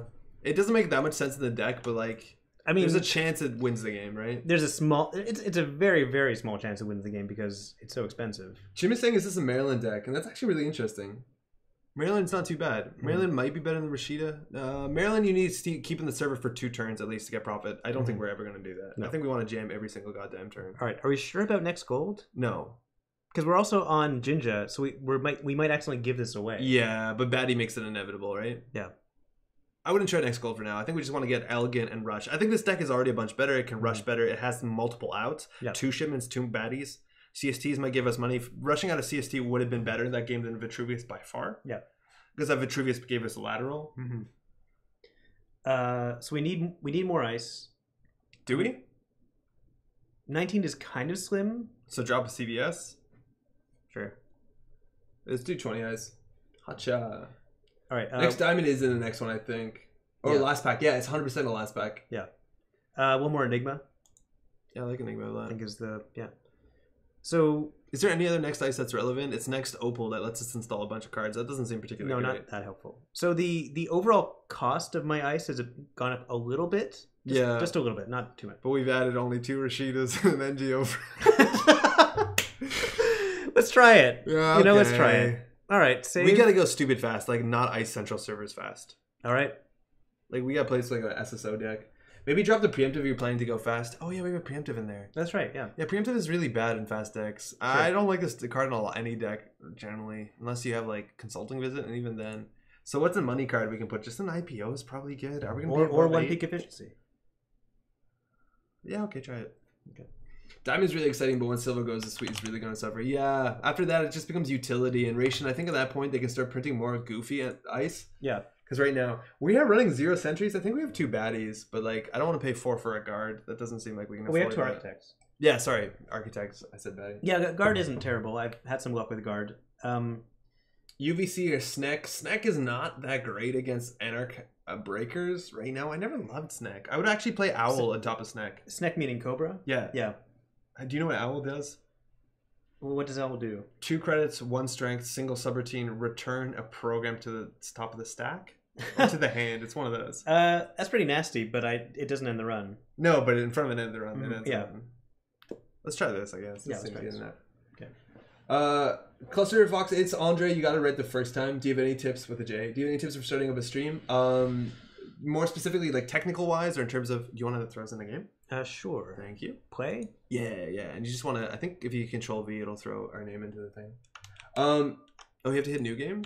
Corp, title? Yeah, hit control V. Yeah, do it up. Do you have a more specific question in terms of like tech, in terms of like how to actually do it on Twitch? You're going to score an agenda and then click for credits. Yeah, I think DEFCON, that's probably right. Lol. Green levels might have a place in the deck. Green levels are probably actually good enough. Oh, we're playing against Kelf. Kelf knows what's up. Owl's mostly great because it has the whole Labyrinth Rush style going for it. Yeah, the Owl is kind of really cool. Also, Falduin, how's it going? Thanks for dropping by. All right, start. Yeah, dude. Okay, Smoke is a good matchup. She's generally pretty slow. This hand is obviously not a keeper. No, this hand is definitely not a keeper. We don't even consider it. Nope. That's so pretty solid, actually. That's really good. Okay, how do we do this? So, turning over remote. No. Or not necessarily. Either they refractor it for 2 credits, or they click through it. That definitely does not go. So you think turning over R&D? So the worst breakers, stealth is really bad at barriers. So I think we do Turing over R&D so we don't lose turn 1 to indexing. And then I think we put a barrier on a remote. And then we don't install the second barrier. We keep it in our hand? Yes. Really? Yeah, because double next silver is really obnoxious for shapers to get through. Sure. They're importing paperclip. They have self-modified code paperclip. Pay 1 for this, 2 for the next one. And it ensures that we res both next when we jam in there. I wait until I hear you guys say let's go into the game, so let's see who next works out now. All right. Not doing Biotics is just odd with no central defense. Yeah, I agree with that, Jim. Patrick can't hear me now, but I think the Shipment for Tenants is probably just not as good as Biotic. Because there's basically, you're spending 9 influence, right? To save 2 credits on a Biotic that we can't choose to play. Well, you're saying 4 credits. Oh, because of advancement tokens, of course. So put this over I think a new remote. And I don't even think we install the next one. Because what if we draw 2 more agendas? Like, I don't think it's always right to install everything. And having all your next on the remote means they'll 100% be rezzed, which means they'll be marginally better. We don't want to draw into a bunch of agendas. No, I think we install over HQ because we don't know we're going to draw. We might draw agendas and then something be... It's very likely that we draw agendas. Ice. Yeah, we want 2 types of ice on the remote server. Yeah, so if we draw an ice anyway, like, might as well... Just queue it up. Just make sure you click your identity after you're done here. Cool. Oh, yeah. It's pretty solid. All right. Chat obscured, thank you. Oh, that's the wrong mouse. Can I borrow your mouse for a second? What up? Cool. Swapping Tenant for 3 Jua and some Biotics seems good. Man, I really like Sadaka. What is a Jua? Jua is a 3-cost, 2-strength sentry that says on encounter the runner cannot install cards for the rest of the turn. Right. Choose 2 cards, bounce 1. Okay. So what do you think? Just money on this turn? We need ETR and HQ, probably. This turn, it's good to get money. I think we actually might want to just get this in a remote so it gets going. The problem is, like, I wish this was an Enigma. I'm pointing at the screen, I understand now. I wish the vanilla was a code gate in the run. Yeah. Because now they only need 1 breaker. The thing is, they don't know that. What a quandary we're in. There's a chance also that we could do, like, install advance this and then put this ice on archives and then they don't run the shipment. We'd have to lateral one of those out to have enough money, though. Yeah. I kind of like that play. Because if we win that 5-3, we probably win even if they have Clot. All right, so we go all in on the 5 on this, even though we have hedge funds in hand. That's what you're thinking. Yeah. Okay. Yeah, I think so. So it's lateral. This server 1. Hold on. Oh my god. That I think is a good start no matter what. But we have to talk about the numbers here. Yeah. Because they could self-modify and code for a breaker to get through this. They could just play hedge fund, SMC, run, we lose. 100%. Yeah. We probably lose the game if we lose this 5-3. Let's be honest. Yeah. So we could double ice this. The other option is we ice up archives and assume they just don't run. The thing is they probably want us to res ice. So I think having the vanilla and server 1's probably better. Oh, fuck. I don't know. That makes this... Oh, man.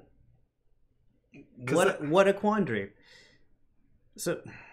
I would just put this on server 1 and then advance at once and see if they run. If they don't run, we just score it next turn. Hopefully we get another piece of ice on That's a good point. All right. So server 1. Yeah, and then advance at once. We still have enough money to res anything that matters besides R&D. Hopefully they don't do that.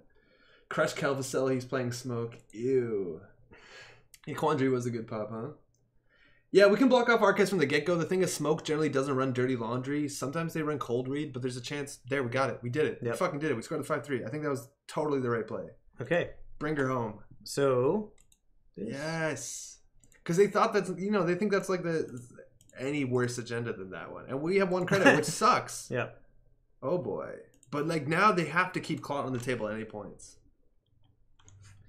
Yeah. Like I think that play was ridiculous, but has to be right. Yeah. Also, Falduin going well, still learning phase, but enjoying myself. That's so cool to hear. This is Equivocation, which is kind of bad.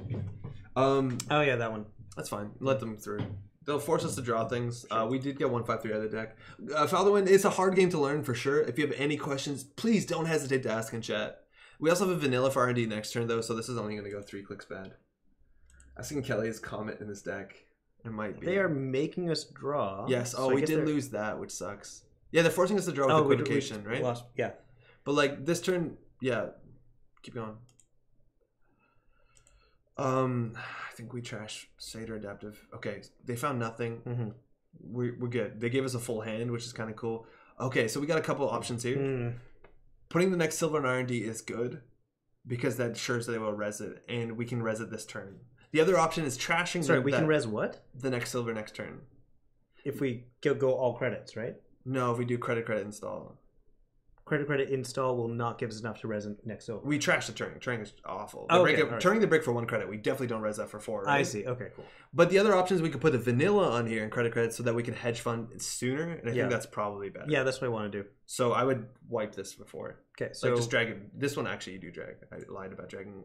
You want to do your mouse, not the highlight. The highlight doesn't always or can I borrow your mouse? Yeah, the highlight doesn't always line up. You just trust your mouse. I see. Okay. So. Yeah, Smoke doesn't generally play Claw. I'm not actually sure. They're saying Corey Deers is saying overwrite Turing with vanilla. That's totally right. Which one of these do you want to get rid of? Maybe. The Enigma's 100% works because they have the refractor out. Yeah. It's not a real attacks, so you have to drag that one out. Oh, sorry. There is some dragging. I totally lied earlier. Okay. Cool. This one actually is 3 credits. I'm pointing at the screen. I'm aware, but next Sapphire is 3 credits, and the barriers, like our big old boys. Are you saying next? Good. Why is next Sapphire 3 credits?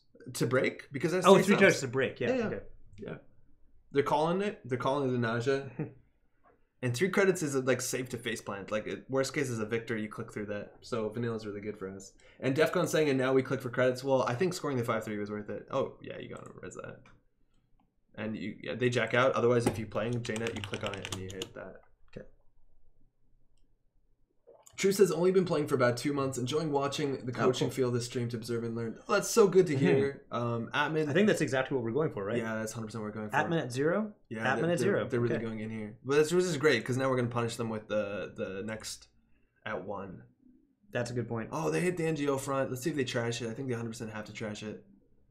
So they didn't even force a draw, which is really good. Yeah, Truce again, you got any questions, let us know. That's a bad draw right now. We definitely want to ice up R&D because otherwise we lose. So I think we're not going to be hedge funding for a bit. Unless we want to use one of our fast advance tokens to get our credit, which can't be right. Because that represents our win condition. I don't think it's true. We'd have 1 left. That's fine. But how do we score 2 5-3s? They're already like relatively set up. We're not going to score 2 5. We're going to score for one of these.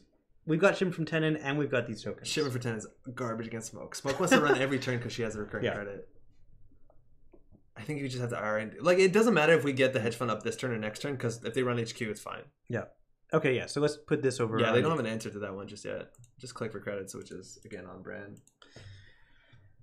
You need to HF. Oh, have fun. You need to HF? Is that have fun? Okay. Oh, in chat. Oh, yeah, we missed that out. We totally did. We never get your next next turn. Did I not? HF is hedge fund. Oh, okay. All right. Oh, they did not run. They threw out a trope. Wait, we top deck in the... Oh, that's cool. Okay, well, this is definitely the turn that we just pull back in money, and then we can drop a dope-ass 3-barrier remote, which Stealth does not have good ways to deal with barriers. I think we're doing well. Yeah, this feels pretty good. All right, they're going for it. We definitely want to pay for that. And now we're actually going to res this game all our next silvers, which is kind of the best we could possibly ask for. Yeah, great. The fact that they also play the admin means there is a turn where we overwrite everything and drop a Mogo. Yeah. Because that's probably their only answer. Maybe they have one dive V. Don't honestly know. Sounds sinister when you say that in the middle of the game. Have fun. It really does. That should be our new brand. Whenever we're playing together, enjoy. Just don't draw agendas for a while. Well, they help us draw through most of our deck. Oh, that's fantastic. Plan your turn out though first. Okay, so if our turn involves drawing, we want that res, right? Yeah. So but it does telegraph that we are drawing, not agendas. Telepath. Right? But I do want to put this over here anyway. I think and so. Then probably we definitely need a draw because we draw 3 2s. Their HQ pressure are relatively okay, so put that over there. Draw once after you res it. Yeah, after I res it. Okay. Let's get it done. Oh, perfect. That's so yes. good. Okay. Well, they know they need a barrier anyway, so I don't feel bad. I think we can draw another one here. We have so much ice. That's really good. That's fine. That probably wins us the game. Yo, chat, have fun. Kinshin, how's it going? Have fun in mid game makes me think you're playing a show game in trap deck. Actually, you used to do that a lot. So they're running HQ here. Like, remember you played like the goddamn harpsichord decks? Yeah, I love my harpsichord decks. Those are fun. That was great. We have some of those on the channel, right? We do. And mind you, they have all breakers besides their berry breaker, and they don't have MU, and they don't have an what's it called? SMC? Mercur, yeah. Yeah, this is feeling pretty good. Yeah, this deck needs a tad more money for sure, but I think actually with 6 credits we might be well enough. If we top deck an NGO front, I think we're golden. I think we want Sapphire and Archives. Yeah, maybe. I don't think that's the worst. Yeah, because here if they had an Mercur, they'd be getting more value. That click for 3 is probably important for them, but let's see what we top deck. Yeah. Yeah. Okay, if we put the baddie in the remote, they might actually contest it because we clearly don't have money for this remote. So I think we actually do have to take some turns clicking for credits, which means the deck is fucking up. Okay. Inherently, this deck is fucking up. That being said, these are two, like, what, 6 strength ice? Yeah. Oh, those God, are crazy. they're fucked. Yeah. So I would just jam that in there, click for credits. Icing up archives doesn't seem that important right now until they are farming free card draw. Yeah, that totally makes sense. Yeah. Because what is it? These cost 3 a pop? 4. Oh, okay. Well, luckily we have that. So the play process automation, they also didn't run this turn, so a top deck is going to be very fortuitous if it's an agenda. Okay. Oh, we just scored that out. How fortuitous. And they didn't run, so we can use this, right? Yeah. Oh, they're so fucked. This goes down to little credits, but again, they just don't have their barrier breaker. I think that admin was a little bit all too in. We can also put a token on this to... We should have put a token on that 100%. That's a good point. I forgot we could have. Yeah, because then we can bring back a hedge fund and money sucks. That's fine. We have 2 tokens, which means we can fast advance. No, we couldn't have, right? Yeah, we could. Take an extra action, advance. Oh, that's right. Yeah, that wouldn't... Yeah, move 1. I see. Yeah, that's unfortunate. We just were a bit too fast there. That's okay. We're still very in a good spot. Yeah. Did you install a card in a new remote or server 1? I thought server 1. Okay, I'm not sure. We can check the log. But that actually, I think, is 100%. Not 100%, but it's like an interesting play. Because now you show that this card is 100% an upgrade. If you install into a new remote, they might actually think this is an agenda. Oh, that's right. And they don't have an SMC out, so there's no random clot chance I have to worry about. Yes. I see. So I don't know whether it's always the right play. All right, so Sever Delia definitely means they're running all. Server 1, yeah, okay. Yeah. Okay. If you're clicking for credits, you're generally losing. You should take that up with Timmy Wong. He probably has something to say about that. That vanilla is probably not worth it. Yeah, I think we keep that in here for now. No. Okay, I think putting something on archives, just clicking for credits is good. We can maybe draw once because we want to always draw before. And if we do get our agenda, we don't win, but we want to get an agenda. I'd rather install this over archives and then just credit. Credit twice? Yeah. It looks like the way that they're playing is that they actually don't have clot. The drawing might actually be better, but it's hard to tell. It's a hard tell. Yeah, and we don't yet know if they like now they have the MU to get in. Yeah, but it's a 1 in 5. Generally, they play maybe 1 legwork. All right. I think I like your play. Putting that on archives, clicking for credits is relatively fine. Getting these more subroutines would be really good. Generally. Tanuki, what's up? How's it going? Man, the emotes on like Google YouTube are always so cute. Definitely want a token. You can use elective 1 turn and have 4 2s. Yeah, exactly, Corey. We don't need all those 4 2s. All right, Patrick, you're totally right that that Cyberdelia was forecasting the barrier breaker. It only cost them 1 to get in. We are doing a learning workshop today. Is it not costing them 2? They get 1 back from from Cyberdelia, of course, and they're going to be running every turn. So yeah. Yeah, if we had a counter on there, we could definitely win a lot easier because then we could trade that last counter for another shipment for 10 on turn they didn't win and get the 4-2 out. So we can install this flat, take credits, and then use this to... The thing is, they have 19 credits since the remote sucks. Like, the best case scenario is we have they have 19 credits, but they will have no credits after they run it. Yeah, but then we don't win. Like, okay, the way I'm seeing this... Yeah. And let me know if you have a difference. So this is the server. If we want to rise this whole server, which is a really good server considering their stealth credits don't matter, right? Yeah. This is 4, 8 free, 9, 10, 11. And then we want 2 for the baddie. So we want to jam something into the server when we have 13 plus, give or take 3, because we can always take credits with this thing. Yeah. So I think we're 1 turn away from clicking for credits. This is, I think, like the 1 in 4 in HQ is not that bad. I know it's better than the remote, but then we lose the baddie. And the baddie's probably how we win. Because they can't run the server twice in the same turn. But the only way we can make it taxing enough is to have at least 2 of these rezzed and this and have 2 credits. But we can do that. We can install that, use one of these. And then click and advance it? No, because we'll have another one next turn. Oh.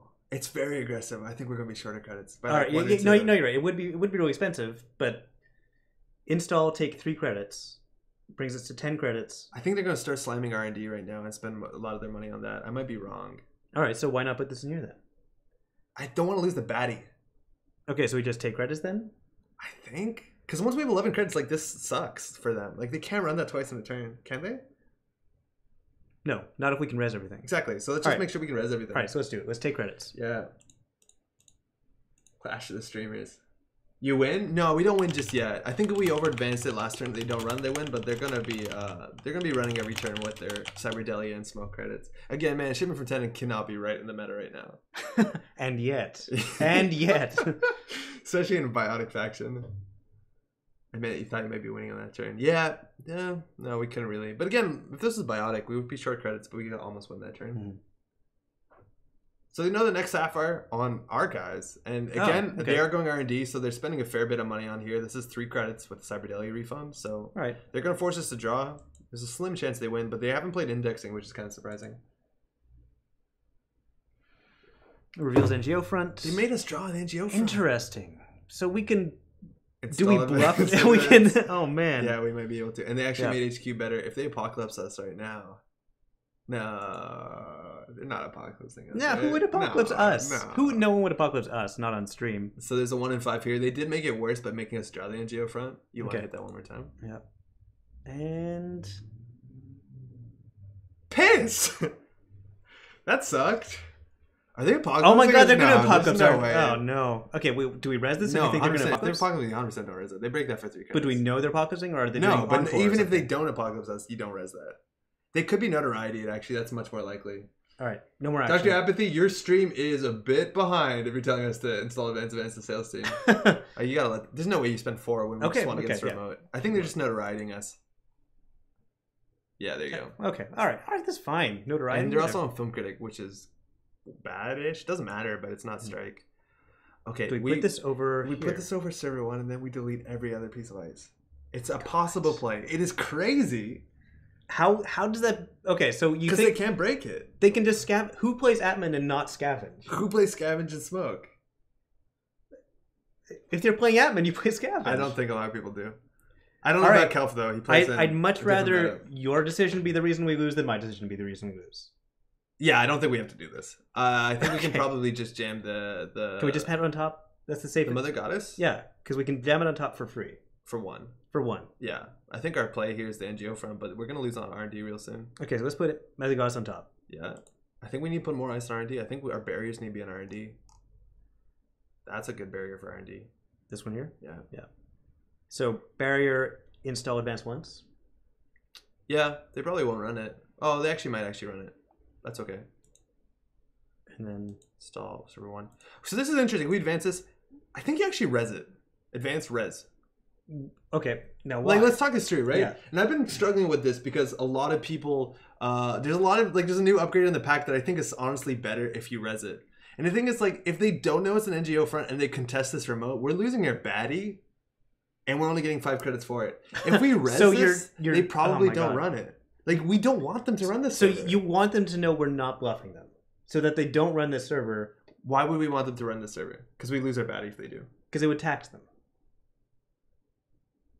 Yeah, you're right. It would cost them a lot of money. Okay, I'm just going to advance it once. Take a counter and advance it twice. That's actually probably right. It's too late. Yeah, it's too late. Yeah, that's fine. I a counter is probably not worth 3 credits. We'll be okay. Okay. You can res a mid run. We can, but I think I just don't want him to touch it. I don't know. Maybe that's wrong. I've been too fascinated with these pre-resing shit. Pre-resing is an interesting strategy. I like cards like Hacktivist Meeting that kind of force you to do that. Interdiction. They might be playing Interdiction, actually. Because they are not running Employee Strike, and there's not a lot of good currents. I think actually we res that. Oh, the Maker's Eye's coming out, so do your magic. So yeah, let's res Satyr. Yeah, dude up. It's going to be kind of expensive, but they're going to see 3 cards, which is an issue. They actually could win here relatively easily because we're playing legit 3-pointers. Man, if they didn't get the 1 in 5, like we just jammed that turn, we win. Yeah. Like that was really unfortunate. Drive by, boys. Oh yeah, they're forcing us to draw it. Oh my god, they can force us to install it. I'm not going to. We can choose to install it. Yeah, not forcing. That's super cool. Yeah, but they let us draw it. That's it. Okay. Oh, we lose. Oh, okay. Well, dang. Good game. Yeah, good game though. Yeah. So what goofed? I think that 1 in 5 cost us the game because they were only running HQ for the notoriety. Absolutely. Yeah. That being said, if that turn we installed advanced, we'd still lose off of R&D. We just didn't go fast enough. Yeah, that's true. And again, man, for what it's worth, this can't be right. Like everyone's running every turn. Yeah, everyone is. And yet we've managed to play it in both the games we played. Once on turn 1 in a ridiculous play, right? And again later. Oh, they're going for the notoriety. No, we didn't play the second one. Yeah, we did. The second one was how we scored the Vitruvius, isn't it? Because you play one and you're like, there's no way they're playing two of these. Exactly. I don't think it's that much better than Biotic, let alone 3 Influence. I think Biotic's too expensive to put in the deck. What? Is it not better to just play an Audacity and have it as a win condition? How much influence is Audacity? Like 4. I like Audacity. The Baron game is actually really good. Probably not over-advancing. Over-advancing the Vitruvius was kind of a big deal because if we did over-advance the Vitruvius, I think it would give us the ability to... It's 10:22. Yeah. How did it get so late? Man, streaming. Wow. Time goes fast. It really takes out of me. Yeah. I might have to go soon. Yeah, no, that's fair. Kel played it correctly as well. We didn't go fast enough, or you just have to go faster on my MG bingo card for sure. Yo, I play a lot of Wayland decks. That's all we do. Patrick, keep leaving the team. Playing Shipman losses the game too. If we had that in hand, we could score the 4-2. Maybe if we'd kept it, but we knew they were running every turn. We had to play it when we had the opportunity, right? Corey, it's interesting, right? Because we didn't think about that. We could have obviously used these tokens to score the 5-3. The thing is, like, once Smoke gets set up, I have no doubt Smoke is going to be running every turn. They generally run that Mercury one every turn. We saw Cyberdelia. We have Smoke credits, so I don't actually know. Yeah, the fact that they chose not to run for one turn gave us the chance, right?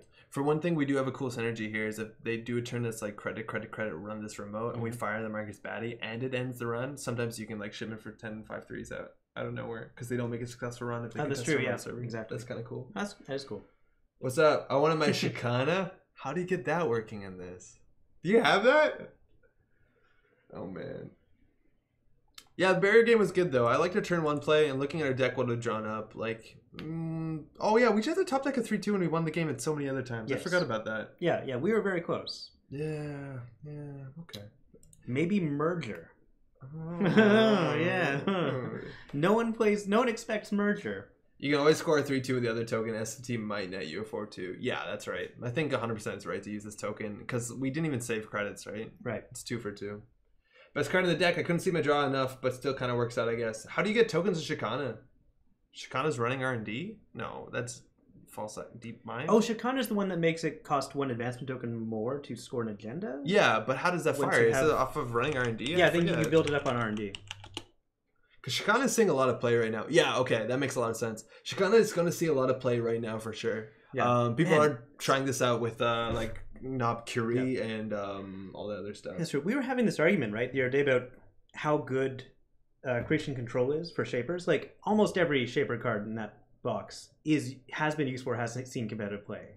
I think that is probably true. Mm-hmm. It's just the HP side of it's really bad. It's very, very bad, yeah. We would disagree. Yeah, we were talking about like what's the best thing to recommend to a newer player who's in the game. Maybe they bought a revised core set, where to go from there. And Patrick, you were suggesting creation and control. Yeah, because it builds up the runners so much. It does. And I think new players like playing runners more. And then give them something that gives like the corpse something fun to play with. Either like Sovereign Sight or Data and Destiny for more fun runner stuff. I don't know. Yeah. Something that has neutral agendas is always good for new player too. That's the thing though, but like this HB box has no neutral agendas. It has Gila Hens. Oh, touche. Which is a fine agenda in the revised core set meta. Yeah, back in the day, I would like just put a naked Gila Hens down, and if I can score it, that's great. It's my economy. Ryan said it does have same old thing in Daily Cast. It also has Dirty Laundry, which makes it kind of like and the source is seeing play. You don't mean Exploratory Romp when you say every runner card. Well, they reprinted that one now. It's Because I Can, which is the better Exploratory Romp. Because I Can, Man, Because I Can. If only they. I mean. Because I Can has great art too. It does. But I still love the art for Exploratory Romp. I wish that had been something really useful. It's also not on a playmat, which is bizarre. Yeah. Man, I think we need alt arts for like... That's the thing, is like... So the alt arts that you get for GNKs and stuff like that, I wish they were more representative of cards. Like, we're getting a lot of IDs, and IDs are really cool because that's exciting, and it's hard. You only need one of that. But like, imagine if you're a newer player and you showed up to a tournament and you got an alternate art copy of IPO or a corporate sales team or SSO.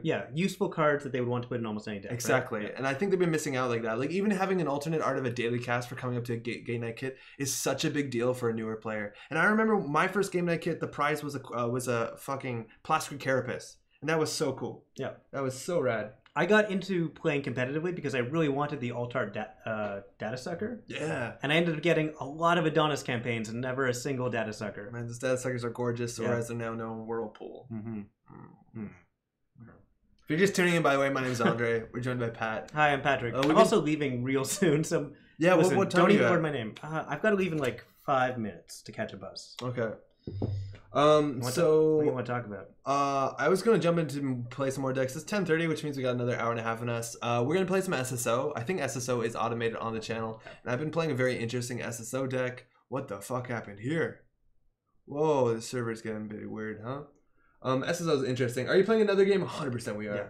Well, Brewface Hack. Sorry, Brewface Hack. Brewface Hack. Brewface Hack. Brewforce Hack is not a terrible card IMO, but it's not massively played. It's not great. It's not a fantastic card. It's not massively played. I think my biggest issue with that card is that everyone at World's got one of. Yeah, which makes it like no one's gonna put that in a competitive deck if they're running more than one of it because it's. I'd like to see them clean out the revised core set as far as alt art goes. I want to see alt art, Hadrian's Wall or alt art toll booths. They're making Hadrian's Wall playmat. That's true. Yeah, it's okay. Or alternate art for all the remake alternate art for all the IDs in the revised core set, because people who played the game haven't played the game in years. They started doing that. Like now they have a new Reyna. Oh, I didn't know that. Yeah, Reyna came out at Nationals. She's actually, if you flip her over, she's full art with no text. Oh, cool. It's super weird. That's good. That's like, I like it a lot. how Ashes does it with their Phoenixborns. Yeah, Rise of the Phoenixborn. Magic does that too, or they used to, at least for like lands and stuff that doesn't actually need a lot of text. I think they used to do it on cards that had text, but they reverted that because people were confused. Yeah, because it's not approachable for newer players. At least for this one, you can flip it over and then you'd be like, "Oh, you're a new player. This is what it says." I'll flip it back over. It's fine. Our local art Apocalypse is now the art for Maker's Eye. I clench every time I see Maker's Eye. It's not advisable. Yeah, that art is like super digitally weird, and it does have that kind of bloom of the Apocalypse. Yeah, it looks like an explosion or fire. Yeah. Totally agree on the promos. I wish it was like that. Snare being in the latest GNK is actually super cool, and that's a card like the guys I play with at work who are just getting into the like going out to events and stuff. Like one of the cards they're most excited to get is a Snare promo, and like of course Snare promo is super exciting. Yeah, I've got a bunch of spare snares, snare spares. Snare spares. I should give those out to the new players in the meta. Yeah. I think we're gonna have another GNK relatively soon. Cool. At Randolph, maybe in a couple weeks. I can't wait. All right, I should get going. Cool. Chat, just give me 5 minutes. We'll be back. I'm going to show Patrick kindly to the door. Thanks so much for dropping by the way. It was my pleasure. Thank you for teaching me how to play Netrunner. Oh, of course. My pleasure. Hopefully we have you back sometime in the future. Cool. Chat, just give us a minute. I'm going to mute the mic, and we'll be back in 1 second. Stay tuned.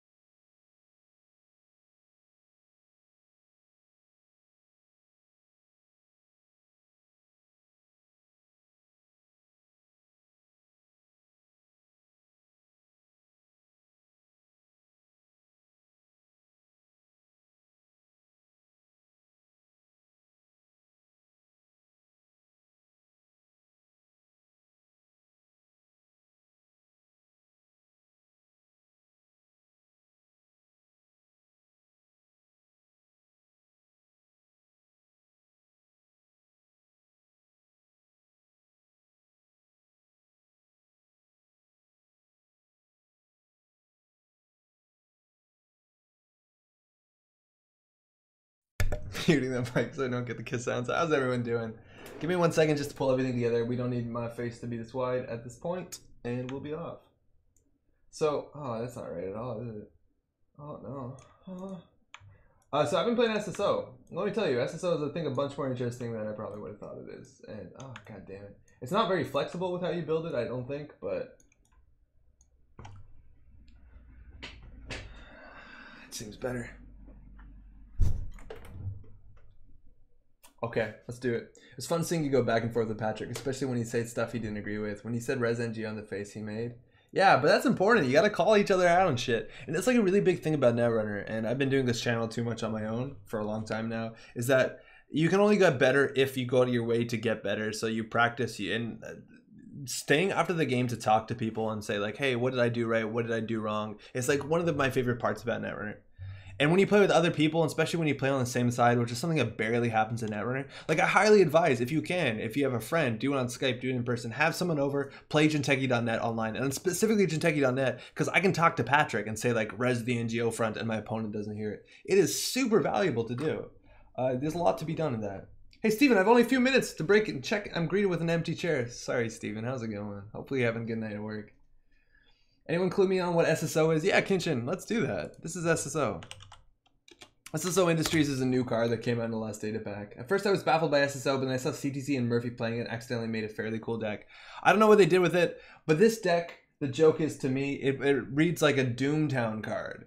It has so many conditions on it, and it's such a logical like nightmare to kind of parse.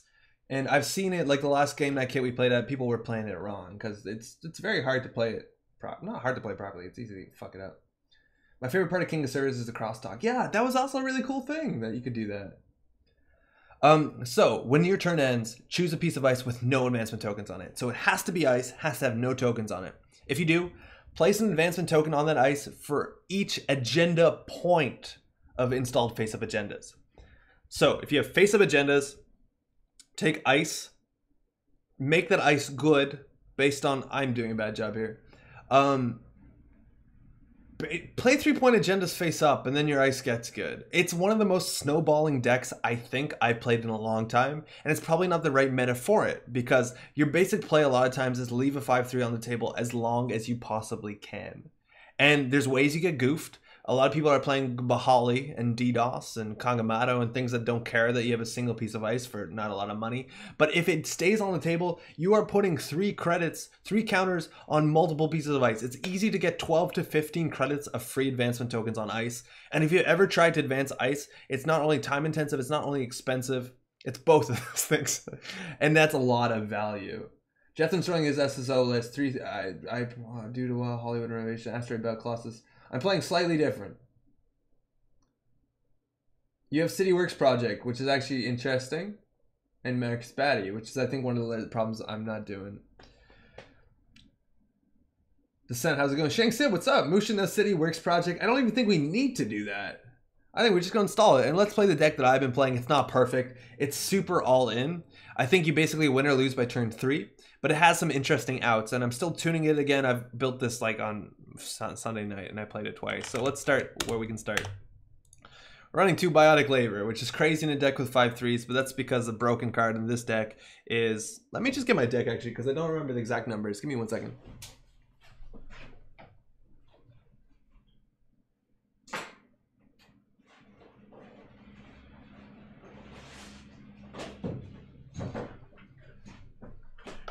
Red Planet Couriers, right?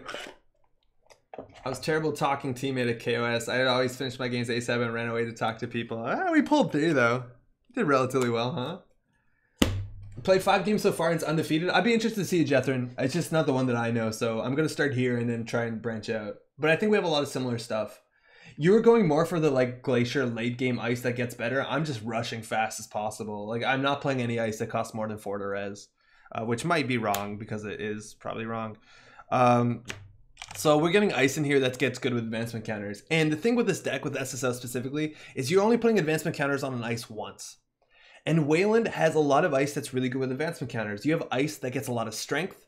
You no longer have ice that gains subroutines, which would largely be better because things exist like David and Gabahali. So generally strength is not as good as adding subroutines. But specifically, there's a lot of Wayland ice that just gets turned on if it has 3 subroutines, which is why I think if I want to do SSO, I want to have only 3 advancement ice so I can get all my Mouseluses, Hortums all to 3 strength, because at 3 strength, Mouselus is a really, really good deck. And so we're going to play a lot of 3-pointers and I'll put a lot of these. Also cards like Asteroid Belt and Wormhole. When you have 3 counters on them, they're free. So again, this seems to me like 5-3s are the way to go. So this is how we started this. I'm running 3 Asteroid Belts and 2 Wormholes because Wormhole is probably better against Anarchs specifically. It's pretty bad against Shapers, a lot of them. But it's also technically a positional ice, so I don't want to rush this out. I think we have 3 ice walls in here because ice wall, technically a 4-strength ice wall, looks like any other better piece of ice. And there's only 2 5-3s that are face up without running things like Casting Call or fucking, what's it called? Something project, Transparency Project Initiative, something like that. And we are not running that. I think it's actually fine. Casting Call is relatively good. So we're doing 3 Hollywood Renovation and City Project. Is that not implemented? Oh no, please be implemented. Oh fuck, it's not. Oh, thank God it is. Now we can't win off of these alone, so we're gonna put 3 hostiles in there and then lose a lot of times to a turntable. So let's hope that doesn't happen. I want to see Little Engine wreck Bahali. It'll be so sweet, but then they just end the run, right? I said Prycon in our future. What's I don't even think I like Prycon in this deck because it basically does what our ID does. And again, I'm going all in, so like this is a best case scenario deck. I might be wrong. We want to get a 5-3 on the table as soon as possible, so that means we're running 3 fast tracks. Now we also are trying to win, so we have a really strong win condition in here, and this actually wins you a lot of games, which is of course the very cheesy card that I used to really not like, and I still don't think I love, which is Red Planet Couriers.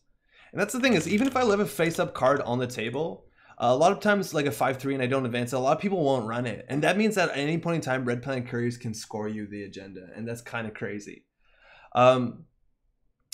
That's like potentially really strong. Also with Biotic Labor and Red Planet Couriers, you can score out a 5-3.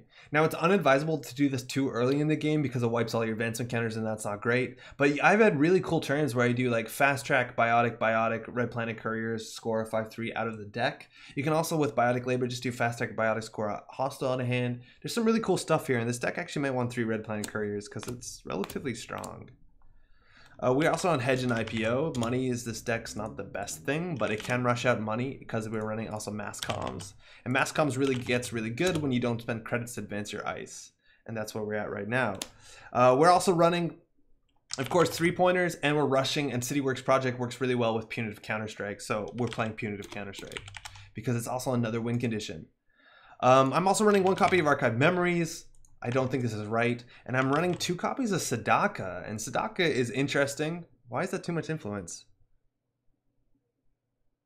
Was my deck illegal? No. Oh, this is wrong. Sadaka's 2 influence. Oh, I just put too many. And this deck had 1 influence short. And I actually think Sadaka is really cool. Yeah, we have 3 Mass Comms for sure. Have you considered some Jinda Spice? I don't think we want to because we're a rush deck. Philosophical Darkling, how's it going? Transparency Initiative is really trash. I think I like Casting Call a lot better. Shank said, what's your favorite Corp faction? 100% Wayland. I've been playing Wayland forever. It's actually pretty good right now. It used to not be that competitive, but still, it's what we did. So, Sadaka's cool. Because Sadaka does a lot of things they want in an ice. Specifically, as a punitive deck, we are weak to Film Critic. And this trashes Film Critic. This also kind of works like a Mirage-U. Against an indexing, we can res this and shuffle the top of the deck, and that's actually relatively cool because any 3-point deck is relatively weak to indexing. On top of that, it does look at the top 3 cards and rearrange and lets us draw one. And on the fact that we're playing a combo deck, a light combo deck, running things like Biotic Labor, Archive Memories, Red Planet Couriers, and Punitive, having the ability to look at the top of the deck and draw the right card when we want it is actually relatively valuable. So we're going to keep that. This also is a flexible slot, and because we are super weak to indexing, and this is something I've been fearing much more than I've been seeing lately, I put 2 Crisium Grids in here. That might not be right, I don't know. So we're missing some ice here. We have Hortum, we have Asteroid Belt, Ice Wall, Mouseless, Sadaka, Wormhole. I don't think I'm running any Sentries because I don't want to pay 6 for Colossus. It's just too much money. But we're definitely missing something. I just don't know what. There's also a chance that this Rush deck wants to only run 45 cards. Oh yeah, I'm running 2 Scarcity. That probably isn't right. This card's just too busted right now, but we're a Rush deck and Scarcity probably doesn't matter. Kelf, good night. Cheers for the game. Thanks so much for the game too, man. Thanks for dropping by. This is the deck, and I'll show you how to play it because it plays wildly different than anything I did before. Anything I played before, because your best turn is basically install a 5-3, ice it, click for a credit. and then your ice gets stupid, and then hopefully if they run it, they die to punitive. It's a bit janky too, because we lose to inside job, but whatever. If it rolls super well. If you're just tuning in, my name is Andre, and we're trying SSO for the first time online. And I don't know what this meta is going to look like, but it's really swingy. And that's the thing. Prycon, better than Scarcity. You're probably right. Because the thing is, like, if we never advance ice, yeah, Prycon is probably better than Scarcity. Scarcity is busted. Philosophical World Darkling, no Adudawa. Adudawa costs 7 to res. And we don't have that money. We're trying to be a rush deck. Adudawa is a deck that gets better, a card that gets better the longer the game goes. The more often the runner runs through it, the better it gets. And we're trying to win by hopefully turn 8. So Adudawa just doesn't... Oh, I didn't even name this deck. That sucks. But Adudawa just doesn't make a lot of sense for this deck. I think it's way better in something like Builder of Nations that gets token and wants to play the late game, maybe. But specifically for a rush deck, it just doesn't make that much sense. Scarcity is busted. And Corey, yeah, if Woodcutter was still in, Woodcutter is perfect. All right, so let's show what we do here. We keep this hand for sure. Thanks. You too. So we're weak to Apocalypse if they're on this, but this is what the turn is. You install a CityWorks project. Drawing 2/5/3 sucks, but you install a CityWorks project, you put an ice in front of it, and you click for a credit. And now our turn ends, so we place 3 tokens on there. And now this Mouseless is insane. We res it for 1 credit, it does 3 net damage, it ends the tag and ends the run. And basically next turn we put an Asteroid Belt on it, and we just keep going. It looks like we're gonna have to rush out. Yikes.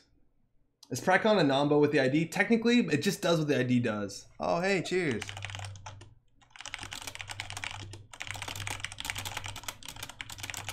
Interdiction gets thrown out. So they're going to be rushing us too. So we're going to need some money to advance this. We do have double punitive. So if they do run HQ and get this, we might just win. But actually, no, they have Uragniev, so that's not going to matter. But now we can start advancing this. This res is for free, which is really good because God of War isn't going to get through that anytime soon. But I think we just want a bit more money before we lose to a lot of tags. But like, this is the idea, right? And we're playing against a totally different deck that's running a different pressure, but against any sort of standard Anarch, right? By turn 2, they have to break a free 6 strength barrier and a Mouseless, which costs them 6 to 9 to get through a lot of times. That's insane. That's literally insane. We actually might want to consider trashing the Uragniev, considering we're on punitive. That being said, as soon as they install their Obelisk, the punitives are bad, so I think we probably did the right thing. Like, this is what we do. If we had another piece of ice, we probably wouldn't stack it. But, like, we can score 2 of these and then fast advance the last one out. Yeah, it fits the deck's idea, the Prycon. It's technically a non-bow, but if you don't have a 5/3 on the table, it at least gives you something to rush behind. Because this deck is so snowbally. If you don't draw a 5/3, if they get a 5/3 out of hand... Oh, they're actually digging for 3. Wow, they know they have to go fast. And that might not be the wrong play at all. And draws them 3 cards. I think that's actually a really cool tempo play. As soon as we drop, though, an ice in front of here, it's going to be a really big ice. And our ice is high strength. Like, a wormhole is not going to be useful until they contest the remote. But, like, look how much value we got on turn 2. Or this is turn 3, but, like, that's insane. That's really good. And this version's running build script. That's weird. So they have to throw down to 8 hand size. So Stimhack is coming out. That's one of their better cards, but 2 credits. It looks like they're going to try and close the game fast. We also know the next top cards aren't agendas. I'm not actually that worried to score this. That's probably right. They could see all of HQ, which kind of sucks. If we lose this, we have 3 fast tracks, so it's not hard to close something off. They're going to not take meat damage when they hit this, which kind of sucks, but we can score that next turn. But, like, look at this. This is, like, so much goddamn value. Prycon allows you to use ID trigger and centralize while still building a remote. Yep, you can. Mars for Martians, gaining money in a card, but now things are good, right? This is going to cost them about 12 credits to break, and they already levied. I didn't even see what was in their archives, but they're really going hard here. Wow, they're going hard.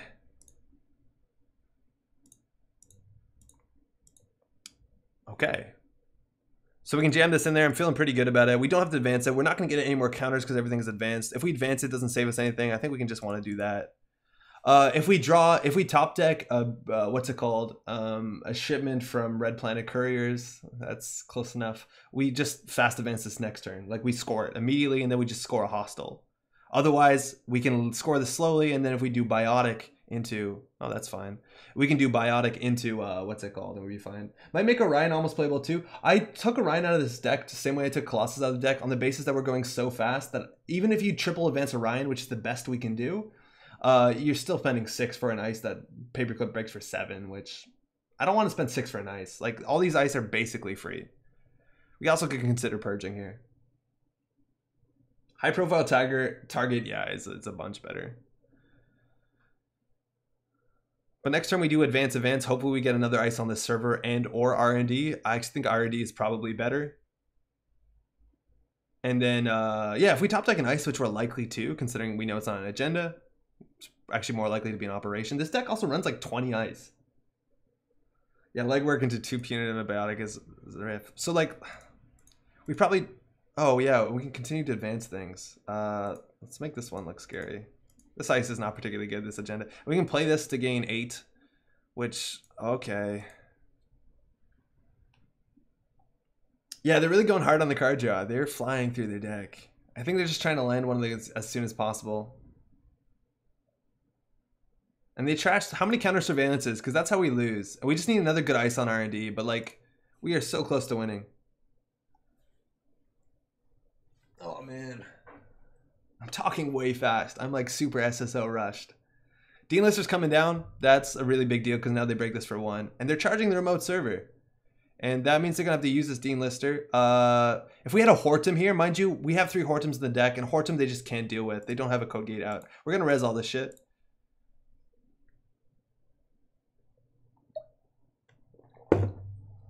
Old Hollywood Grid Rexus Archetype. Alright. That's 2. This one actually is kind of expensive. But like, that's a really good server. And this cost us 5 credits. Oh, they actually had one of those. Oh, that's still really expensive. It's going to cost them all their money. Which means we're going to do trash punitive.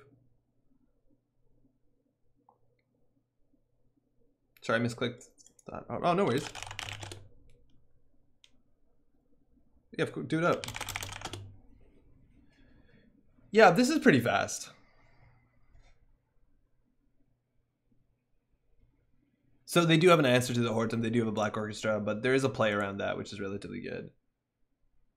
So maybe we need to slow down a bit in Purge, but them having this is not the worst. We still can fast advance, so like hopefully we top deck a hostile and then we just do biotic fast advance, of course. Okay. That's good, I guess.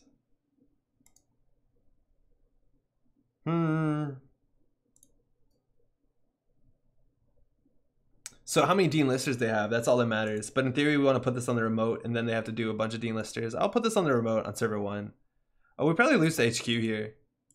But like, yeah, any deck that has like a really big Amaku out of nowhere, or any like super burst breakers, which is why I don't think this is the best meta. But if you're playing against honest breakers like Black Orchestra, Paperclip, all that, like the server is nightmarish. It really is. I think we might want to turn to Purge here. The question is how many Dean Listers they have, and the answer is probably a lot. Also, even if they have a Paperclip and like they can get through the server, they have all their breakers, so I don't think the server is good anymore. Oh, they played Interdiction. That's super interesting. So we trash this, they can install another one, which will be bigger, which we don't want to do. I think we just want to Purge because they need enough counters for this thing. We're never going to play the punitive. We're not going to trash this, let alone have more money than them, depending how things go. Like, I think this deck probably wants another copy of Red Planet Couriers because we can fast advance the 5/3, we just score the hostile. After that, we can do biotic hostile, and there's a lot of things. And there's another Dean Lister. And I think we just actually trash both of these. Oh, they're just using them. So we res this for free. It's going to be another Dean Lister done, but they're going to see 8 cards, and we probably lose.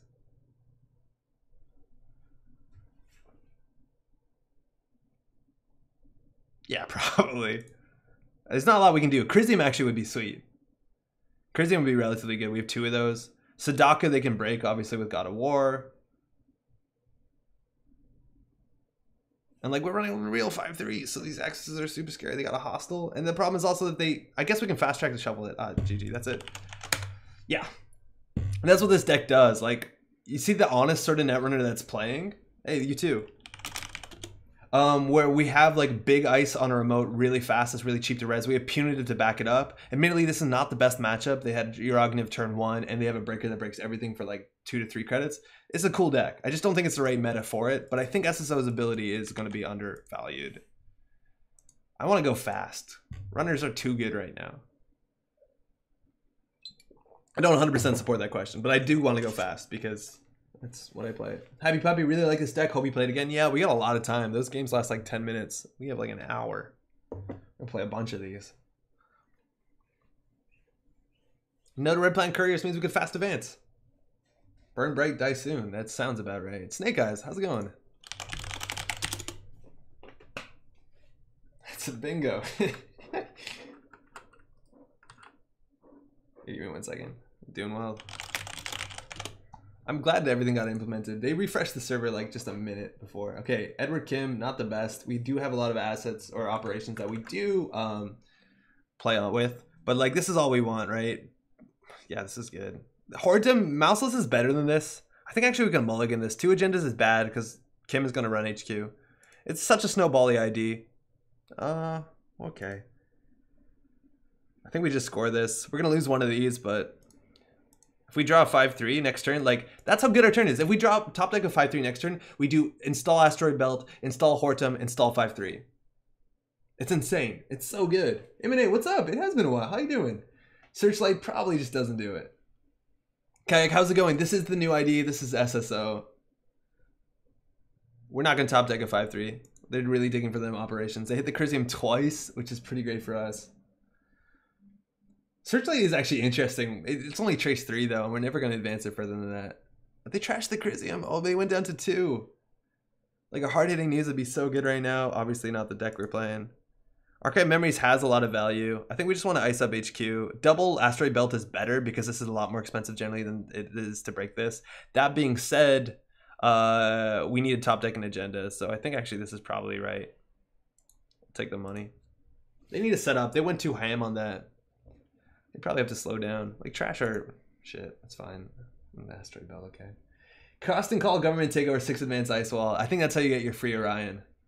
They got the Archive Memories. That feels good. Trashing recursion cards. But like if we had a 5-3, if we had an agenda, we jam it. They're 1 credit. I don't know if you keep running HQ. The paperclip's out, so we're working to stim hack. Draw. Well, we draw once more. If we did an agenda, it sucks. That's great. And then we can just play this so that they can't play anything, I guess. Puppy, I was thinking of that. I was trying to do the math, and it's like casting call into government takeover into advance does not let you score it, unfortunately. It's 1 credit short of letting you score it with Red Planet Couriers, which is such a shame. Oh, Utopia Shard. Cool. So still no agenda. We got to ask an action between. Still no agenda. We have a fast track, so let's set up a server for next turn. They have the Hortum, or that, which is so hard to build. So we're going to get this on a new remote. Wormhole on the inside is actually better than Asteroid Belt. So this on the inside is probably the best. If they DDoS, this on the inside is bad. So I don't think we have to be greedy. So we'll throw out 1 of each. But like next turn, we just fast track install agenda, ice it again, and we have like a really good server immediately. Panda, what's up? First time I catch a stream live. Thanks for dropping by. All right, we threw out 2 cards, kept the fast track. Hopefully we don't lose that. All right, that actually worked out really well for us. Unfortunately, we're going to have this on the outside. Yeah, false flag is weird. So they're accessing 4, no hits. They're at 0 credits. Scarcity's on. They might even concede here. They don't have a lot to do. Draw a card, oh man. Yeah, it's really hard to recover from 0. Yeah, they're super tunneled, but I think they went too far too fast. The Wormhole is actually worse than the Hortum. But like this is I think what the deck does. Take an agenda. Cityworks Project is technically a bit better. Hollywood Renovation gets us counters on nothing. Because none of these care for counters. So we'll do the Cityworks. It's technically scarier. You put that in a remote. You put 3 counters on here. Imagine we did that turn 1, right? Like now this is 2 end the runs. This one costs them generally 6 and they still take like, we still res this for free. Are clones a race?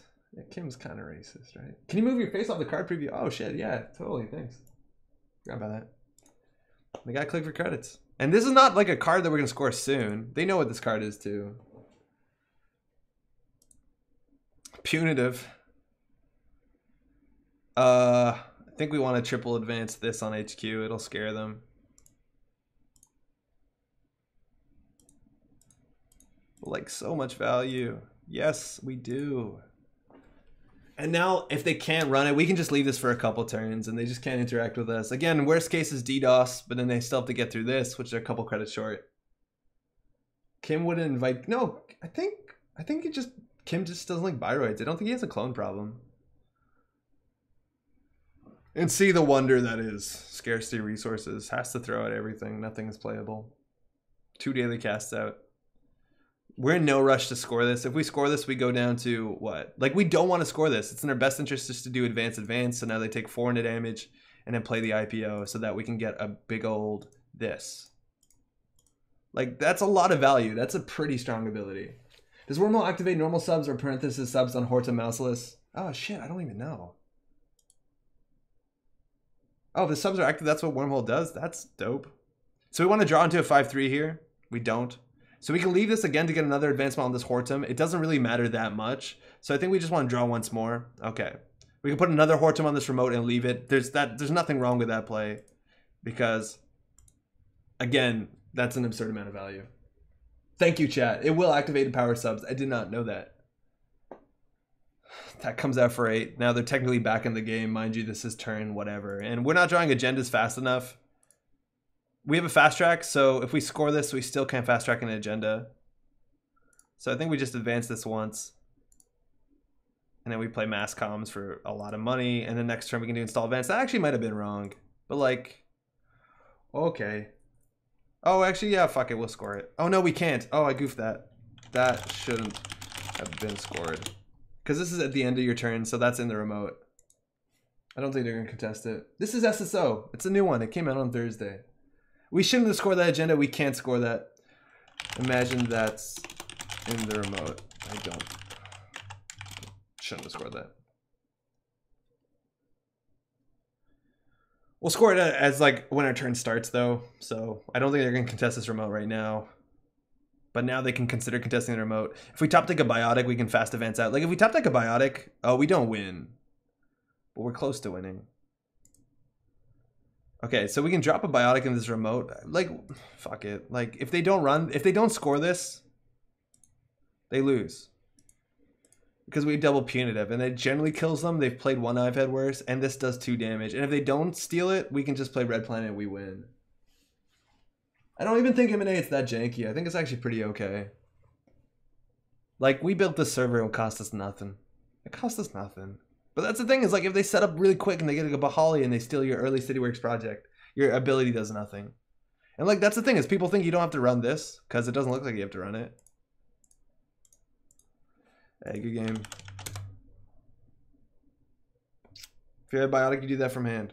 This card I don't like with Biotic. It's so cheesy. Score Government Takeover at hand. This deck could have Government Takeover, but it actually wants to draw 5 3s. I'm thinking actually this deck could be 45 cards. It might be better. Oh, wow. Oh, no way. Shit. Yeah, Scarcity is brutal. So they were on an Apocalypse deck. They'd have to get through the Hortum and the Wormhole. And if they ran the HQ first, then R&D, probably still get Apocalypse. All right, let's try another one. Again, I'm telling you, these games take 10 minutes, which is good. Because you either lose pretty fast or you win relatively fast. It's a good ability. It's not a bad ability. I think it's not flexible, though. It's all 5 3s. Best of luck. Have fun. All right, so we keep this hand. We have an ice for archives. We have an ice to 5-3 again next turn. We could lose to DDoS again. We're playing around that. If they run archives this turn, we throw out the ice wall.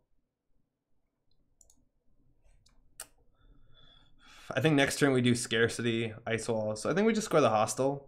Because I don't want to play scarcity when R&D is not iced. That being said, we only have 8 more agendas and 43 cards, but they could indexing us turn 1. Let's just score this out. Giving them bad pub sucks. This might not be the best play. So you run archives, we throw out this. Can you read out the ID ability? Yeah. It's super complicated. When your turn ends, choose a piece of ice with no advancement tokens on it. If you do, place 1 advancement token on that ice for each agenda point on all installed face-up agendas. Agenda points. Archive Memories, it seems pretty funny to throw out, but all our other cards seem a lot better. Chris got Scarcity Red Planet, but you play it. You're such a spike.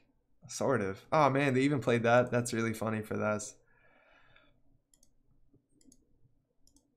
Okay, so we're going a bit all in here because they could run R&D, but at least we turn off Imp Strike. Density might be low enough with all the 5/3s to run to 45. Yeah, it is, and it might be better because I want to just draw a 5/3 early. The thing is, like, I don't think you can play SSO without playing Red Planet Couriers. Scarcity is definitely not necessary. And that's a good res at 1 credit. There's not a lot of ice that we can res that cheaply there. That being said, eventually it'll be a bad... They break this for free with the bad pub, but hopefully we go faster than that. Did Core 2 break your dog deck? Oh. There's still a lot of dogs in the game, right? So DDoS we lose too. Barrier Breaker. Again, to put out Paperclip and break this, it is 9 credits. They have it. Fuck, never mind. We got top deck a good agenda. Good ice. Got top deck a good ice. This in HQ sucks, but this in the remote server they can definitely get. This is just not good enough. If we play a card, like if we play an IPO, it's a 1 in 4 instead of 1 in 5, so I think click for credit's not that much worse.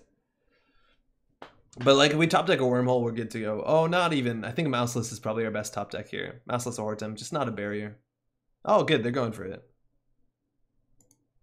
Good. They're spending a lot of money for this, and we're just going to throw out the mass comms. This is another good reason why to keep cards in hand. Just because if we play the IPO now, HQ's a 1 in 3. A legwork, we lose. Again, also, it's very important they don't hit an agenda here because it keeps off the scarcity, and the scarcity is clearly goofing them if they're going to spend money doing this. That being said, once per turn now we lose something for free, which is unfortunate. Oh, Utopia Shard. Oh man, this is the 2nd game in a row. Oh man, okay, so we're gonna play this really fast. That gets out of there. Server 2. Now, we can lose 2 cards from hand here. I think we definitely want to IPO. Now, they don't have a Code Gate Breaker, so we can place advancement tokens on this one. Because resing this for free is good, but this one they can't deal with. And if this fires, we can search for 2 cards, and that's good. Hey, good night, VK. Thanks for dropping by. Hey, Andre, late to the stream. How's SSO doing? It's doing relatively well. It's a pretty good rush ID. We lost 1 to a God of War aggressive deck. Not that surprised. They have DDoS. They do have DDoS, so this play is technically correct. That being said, they will get 3 advancement counters on this next turn. Also, Punitive doesn't work because they have Utopia Shard on the table. And then we know they have another IFO Wars. It was 1 no. Best I could hope is to get lucky with an indexing than Mad Dash. That's pretty good for a Shaper deck. That being said, the DDoS cost him 5 credits, so whatever. And next turn we do Advance Hedge Fund. And I don't know what's better, to put counters on this. Yeah, actually it's probably better to put counters on that. Is a Fast Track better than a Hedge Fund? I think we lose them both eventually, so whatever. We'll throw out the Fast Track. We have more Fast Tracks. Fisk. Scrubber. And if they throw a Black Orchestra, it's not good. Spirocytes. Oh, it's a self-damage deck. Awesome. And they run a lot of resources. Oh, Black Orchestra came out, so they can actually... Oh, that's really bad. Alright. Well, the train went so far. If we don't res this, they may run it, which is good. We obviously can't play the Hedge Fund here. I think they just don't have enough money, so we'll play the tokens on here. Again, that saved us 9 credits. If you use Fast Track, they can use a Shard. Yeah, Fast Track doesn't make a lot of sense. I think this turn, though, they might just Utopia Shard, run Archives. Or they could just run Archives, run HQ. That's probably better. So we're going to lose a 5/3, and we're going to lose the Current, which is probably the best thing we've got going for us. It's super unfortunate that this card does not fire. It's only when installed, which I think is super lame, considering Obokata Protocol doesn't work like that. Fetal AI doesn't work like that. Like, it's absurd. Oh, wow. Wow, they're actually contesting the remote. Oh, they're stim hacking the remote. Oh, they get it. They definitely get it. Wait, this kills them. Are they aware of this? They have an IVAD worse in hand. This does 3 meat damage. This is brain damage. Okay, whatever. We'll res this. It's free. We actually maybe didn't want to res that. Yeah, maybe the surprise was better.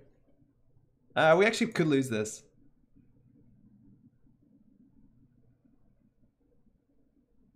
Huh? Huh? What? 2 meat damage and 1 additional meat damage for every advancement. Oh, it kills them. Oh, wow.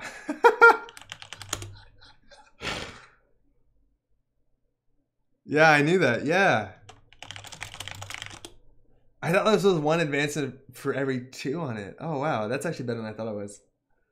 Yeah, you injected it. That's funny. Well, oh man. Okay, that does do 4 meat damage. That's kind of cool.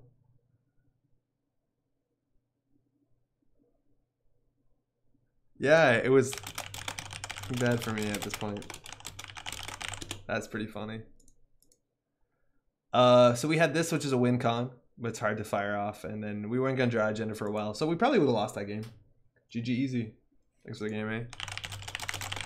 And again, that's the thing. This game, it's either like you win really fast or you don't. I don't think it's particularly great, but yeah, another agenda in hand was such a big issue. Oh man.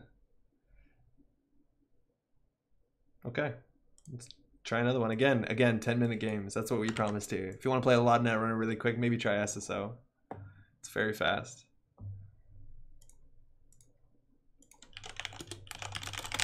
When installed, it's Obakata. When not, it's a free 5-3. And free 5-3s are the worst, because generally they just don't contest your shitty remotes. Riel Kit, that's interesting. This hand is probably good enough. That's a good server. We have a fast track. Let's do our thing. Keep hand. Doing well. Thanks. Yeah, this hand's actually really good. It's kind of interesting. Yeah, install advance is no Obakata. Just installed, it's a fetal. And that's the thing, is like, it's clear how they designed it. They wanted you to do install advance, and the next turn advance, and leave it, because it's so good with SSO. And that means when they hit it, they take, like, what, 6 damage? It's really hard to do. Okay, this hand's nuts. Oh man, the hand's really good. So, this is our play, right? New remote, server 1, server 1. And this is the snowball that this deck potentially could be. So now the ice wall is cheap, but the wormhole is really, really fucking big. And again, we lose to Gobahali. Andre, are you speedrunning Netrunner again? Yeah, largely. I think this is actually a really good speedrunning deck. We don't have dedication ceremony, totally not necessary, Maui. Generally, we're not resing our ice unless it has 3 advancement counters on it. Wait, dedication ceremony has to be face up? I forget. Yeah, it does. So it doesn't really do much. And the click compression on the face up, so you can't score it, so it doesn't do that much. It might be worth considering, but I think we want to do that. We want to run maybe like the fast advance cards, like Construction Company. But that's probably a different deck, because that deck needs a bunch more money. Let's get indexed right now. Yeah, dedication for city works. Makes sense. Yeah, okay, DDM. Okay, so there's a chance that they steal a bunch of agendas and we punitive them. We do credit punitive, maybe top deck credit hedge fund punitive. I don't know. Yeah, this deck does bring an interesting board state, and it's so cool. It's like Jemison. It plays a wildly different game of Netrunner than anything you might be used to, which is cool. That being said, it is a bit one-dimensional. I don't think there's that many competitive variants of this deck, but maybe that's just me being like super close-minded and shitty and thinking all my decks are the best, which might be an issue. You lose to lots of stuff, but the chance that they have it's so low. Indexing Mad Dash, we do lose to that, and that's why we have a bunch of text to that. We have Sadako, we have Chrysium, we have Ice, of course. And also, like, wow. We can shuffle, which is great. Like, that generally looks really bad for us. We can shuffle. Oh, they know we're punitive. So, like, I don't even want to advance this. I want to get closer to IPO, because if they steal it, they get punitive, and they know it, and we don't have to protect R&D anymore. So, like this is nuts. Like, okay, that's an insert amount of value still. If we top deck an agenda, an ice, we put ice on R&D or server 1, maybe advance twice. No, probably just credit IPO. Just build a big ass server. Oh boy. Oh, let me fix that. All right, that does goof us. That's why we're just not gonna put any ice anywhere else. Oh, that actually goofs us pretty well, because the ice wall they can break twice. Oh man. Yeah, now we just do advance mass comms. Oh, value. Oh, value. And I think you don't want to advance this one first, because it makes you put, it's a May, which is really good. Yeah, so that's a lot better. But now, like, yeah. We actually might have just wanted to do credit IPO that turn. That probably is better, because then we can do mass comms punitive. I think we might have played that wrong. Yeah, in fact, you went on IPO. Yeah, that's probably better. That being said, I think if they contest this remote anyways, they still have to break a 5 strength ice wall or 6 strength ice wall, which is really hard. Like, even if they move that, that's like a pretty honest piece of ice. And they have to break it twice. Like, no matter what, if they steal this, I think they die. IPO is the terminal, though, which makes it interesting. So that we can't do, like, IPO punitive. Punitive, of course. So it's a lot worse than what, what's it called used to be. What restructure used to be. Like, that's a good ice against that. Like, a 6 strength ice wall? Okay. Yeah, dude up.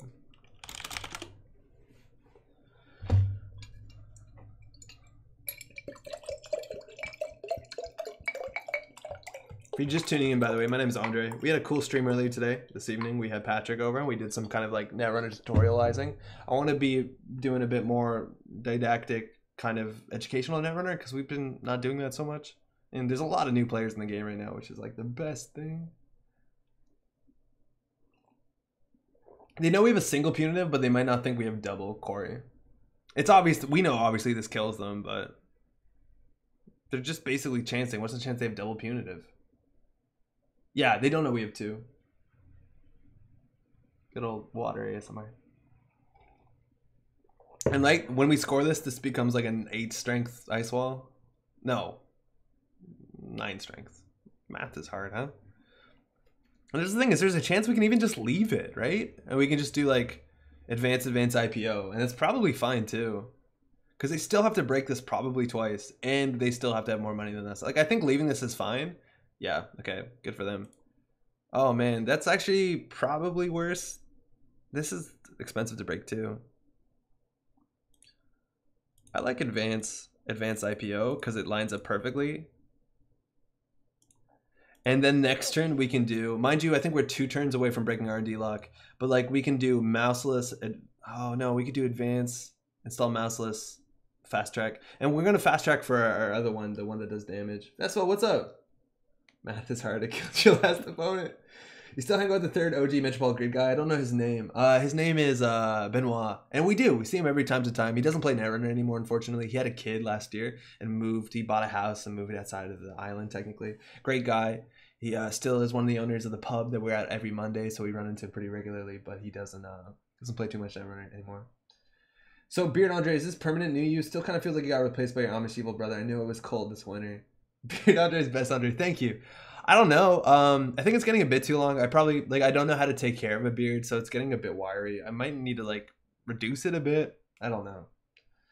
I think people think I'm a lot older than I am with the beard, which I think works in my favor in professional environments, which is cool. Why fast track for damage? Just fire more ice wall counters. You can't, Corey. Oh, I see what you mean. Like just over advance this.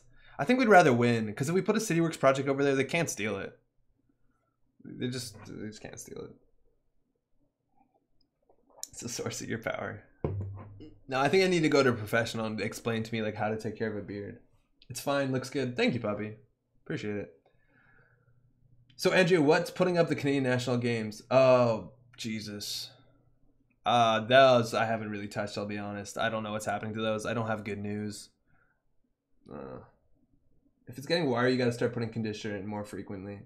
Hey, Aiden, how's it going? Yeah, I don't actually condition my beard. Probably should. It's a pretty color, thank you. Beard trimmer, beard oil, conditioner every time you shower. I'll try that. I gotta maybe look into beard oil. I think we'd rather win. So let's get that up. We can score that bad boy. Now another piece of ice on there makes it a code gate, and I think they actually struggle to deal with this one more. So let's just get out the CityWorks project. Again, if we top deck the 5-3 advancer credit mover, we're in a pretty good spot. But like this is what you gotta do. We did shuffle R&D, but just at the point I think where we broke R&D lock. It's cool, eh? Lots of efficiency. Zacharina last name. How's it going? Andre, the way to keep a beard is feed and water like any other living being. It's well fed, let me tell you that. I still haven't had dinner yet. Fucking hungry. Install mouseless advanced agenda twice. In fact, that might not be right because I think the mouseless is actually cheaper to break with the inversificator than this ice wall is. So I think putting any other ice on the table might just be wrong. Because we need to keep this ice wall on the remote server because it's gross. My wife would kill me if it gets wiry. Basically, when you shower and wash your head, wash your beard. Okay. And when I first saw this idea, I thought of Oaktown, but it seems a lot better. And I think a lot of people think Oaktown is great in this, even the 1-3. But the problem is you can't advance ice after you've used SSO, or you can't SSO advanced ice. And Wayland ice is basically in 2-3 states, right? Ice that gets better with strength, so it doesn't matter what you do. And then they have a whole bunch of ice that just gets turned on directly when you have 3 counters on it. And that means you got to run 5-3s. There's no other choice here. You have to. Data folding coming down. Things are looking good for us. We have another ice wall, but again, that ice wall won't be that good. If we put it here, it's a 3-strength ice wall, and then they swap them, which is interesting, but we're not going to over advance it anymore. Like, I think 100% the right play is just do this. And then hopefully we just, if they steal an agenda, no, we probably don't win. We're not running Colossus. 6 credits is way too much for, it's good when you triple advance it, but like you could be running instead of Nebula, which you res for free. And I don't even like that because it's another positional ice. So we're not running it because no matter what, it's going to cost us 6. And again, if you've seen the money in this deck, we're hopefully winning before we run out of money. There's no Sentry in this deck. You could consider Nebula depending on your meta. I have a lot of Anarchs, so like it is expensive to break, but we already have a good Anarch matchup that I'd rather put cards that are better against other matchups. Wait, no, that's not wrong. No, that's right. Nebula's good against not Anarchs. Maybe that logic is pretty bad. But like against Heat Breakers, they just don't break Nebula. So I don't care. I had Colossus in the early iterations, and I was like, I don't ever want to rush behind this turn 1 because I can't afford to res it. So I just put more Asteroid Belts. They're going for it. I think, oh, maybe they're just going for the double card draw with Daredevil. Yeah, check that out. That's pretty sweet.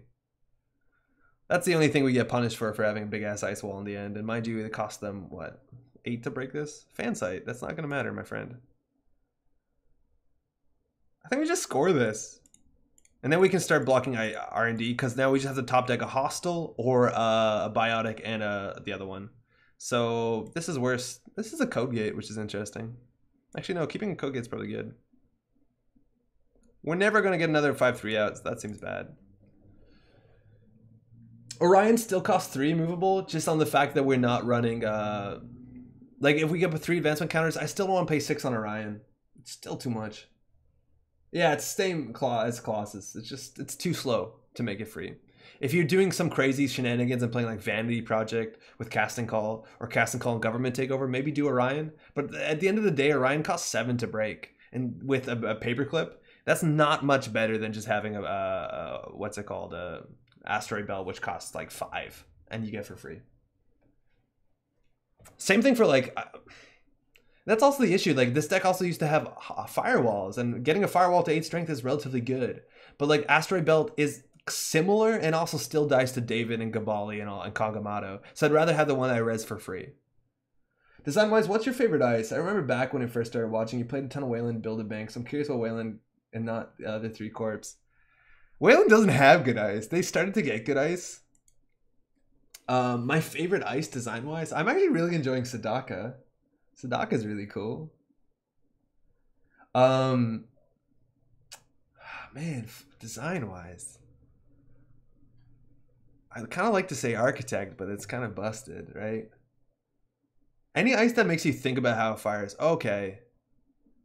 That's scary. I don't think we can kill them. Zach, let me think about that. Chuck, you're asking, how's it going, Chuck? Why keep Code Gate? Code Gate always works against Kit. Well, what you can do is you can put a barrier behind and then a Code Gate in front of it so that Kit hits the Code Gate and makes the Code Gate so that she could inversificate it, but otherwise she has to come back for a way to deal with the barrier. So it's not specifically always wrong. With Inversificator, it does make it a bit worse, but sometimes keeping Code Gates is good. You just want them on the outermost ice on the server. Inversificator does fuck that. Crisium's relatively good here. We need to draw Biotic or Fast Track or the other one. Any ice will do that. That's true.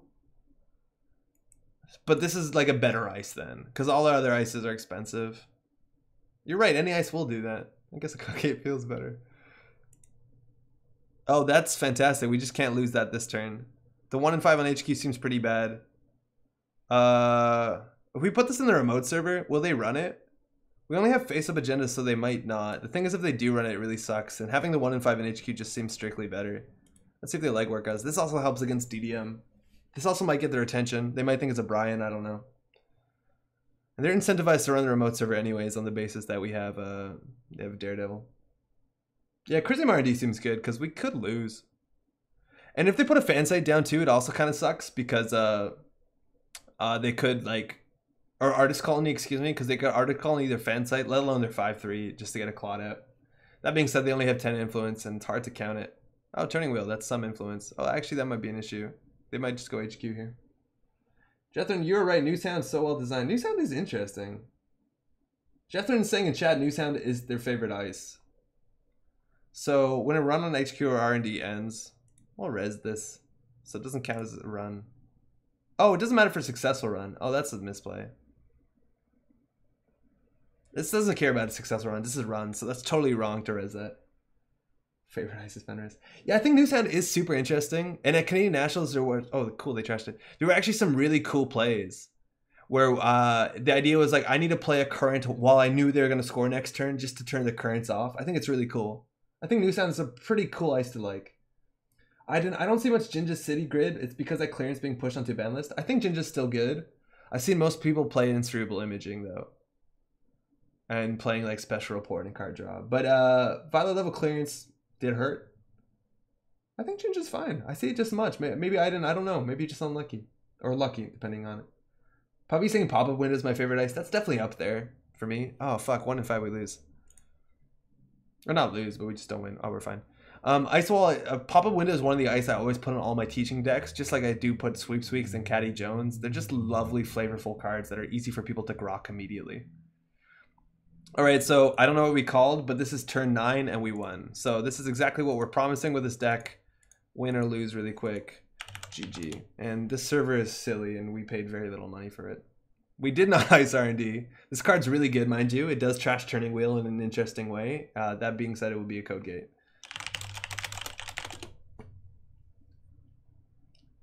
Bye-bye, Hostile. I think NBN pretty much has the most fun Agenda Suite all around mechanic-wise. I kind of disagree. Their Agenda Suite's nonsense. They have so much like... It's like they come up with random abilities and assign them to random agenda costs. Like, I think the AR enhanced security should be a 4/2. Yeah, I'm pretty sure it should be a 4/2. I think re-education should have been a 3/1. No, maybe that's crazy. But anyways, it's all over the place. In which case you're an evil person like Remy. Hey, Jack Wayland himself. Welcome, Wayland. Haven't seen that name before. Too little data. This is a smurf. Too little data means they just made the account, so it's probably someone who's watching and sniping us, or a smurf. Either way, this hand's good. So expectations are pretty low. Maybe I'm a bit of a conspiracy theorist right here, but that's a really good anti-DDoS play. Maybe they're a new player, I don't know. They just called haha. Good luck, have fun. Why did they say haha? So we put this on the inside, we jam this, we put the ice in front of it. We'll be able to res everything. Technically not everything, but one of them is probably going to be good enough. Maybe a new player. They could be a new player. And DDoS showing the game as a spectator. Oh my god. All the worst things for our deck. New remote. Server 1. Server 1. And this is like what a good draw is, right? We have 2 end the runs. This one, if we res, costs us 1. This costs us 1. We lose to a lot of indexing and stuff like that, but again, we're going all in. Could go best and worst ice ever. Fuck, could go. Street Peddler. Again, a lot of Anarchs are running Gubahali and stuff like that. Turn 1 blackmail. Oh my god. Do you have a runner that uses all those no cool viruses? Cool viruses infect you? Definitely very soon. Netrunner DB, or sorry, Jinteki.net just updated about 5 minutes before we went on to the stream. But I have been working with some people from iMeta to make some cool virus decks. They definitely are coming out. A lot of people are trying out Shikana. I think Shikana is kind of where it's at right now. Shikana's really cool. All right, Data Sucker, run. Ideally, we could draw a nice that we drop on R&D and get triple advancements on it. Oh, fuck me, that's bad. But then again, that's the deck we play. So advancing this twice really doesn't do anything for us. Ideally, we draw money. Well, this is one of the ones that you lose real quick, huh? What a good deck he built.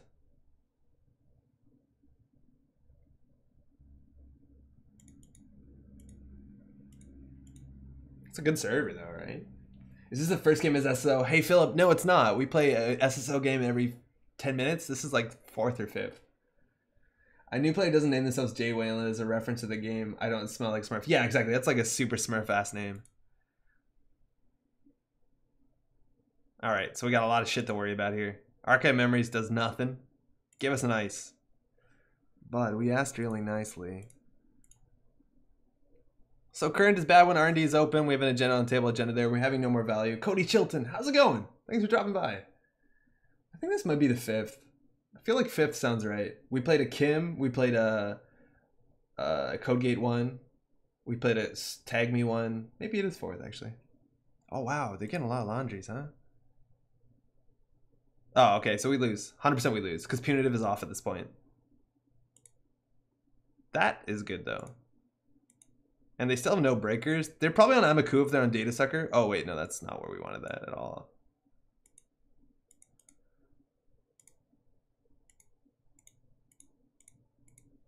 Yeah, so I think we probably lose. If we're on Amaku, this is better on the server 1. Maybe we should go all in on that and put that on the remote server. I don't know. But, like, look at that. We lost a lot of bad lucky top decks, but, like, seems good. Jacob Billings, what in the world is a Smurf and Netrunner? Jacob Billings, Smurfs and Netrunner are pretty common. People don't want to show what they're playing before a tournament, so they go on Jiteki.net and they make a new account that isn't the name associated with them so they can test it out. A lot of players do that. I don't think it's bad habit. It's bad habit if you Smurf and you are shitty. Like, you are mean because you don't have your name associated with you. I don't think a lot of people do that. But it's kind of a thing with Netrunner where people want to play secrecy and play secret deck lists. 1 in 5 we lose here. Eventually we'll lose to this thing, though. If we top deck a mass comms, that's probably the best. I guess we get a hedge fund for that, but it's pretty bad.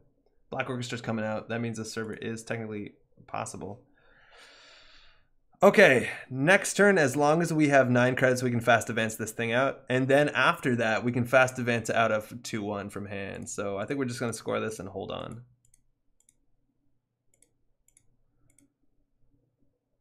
They have the Black Orchestra, though. And that breaks us for 3, which makes it a pretty bad res. I think we throw out the Archive Memories here. And again, we're probably not losing this.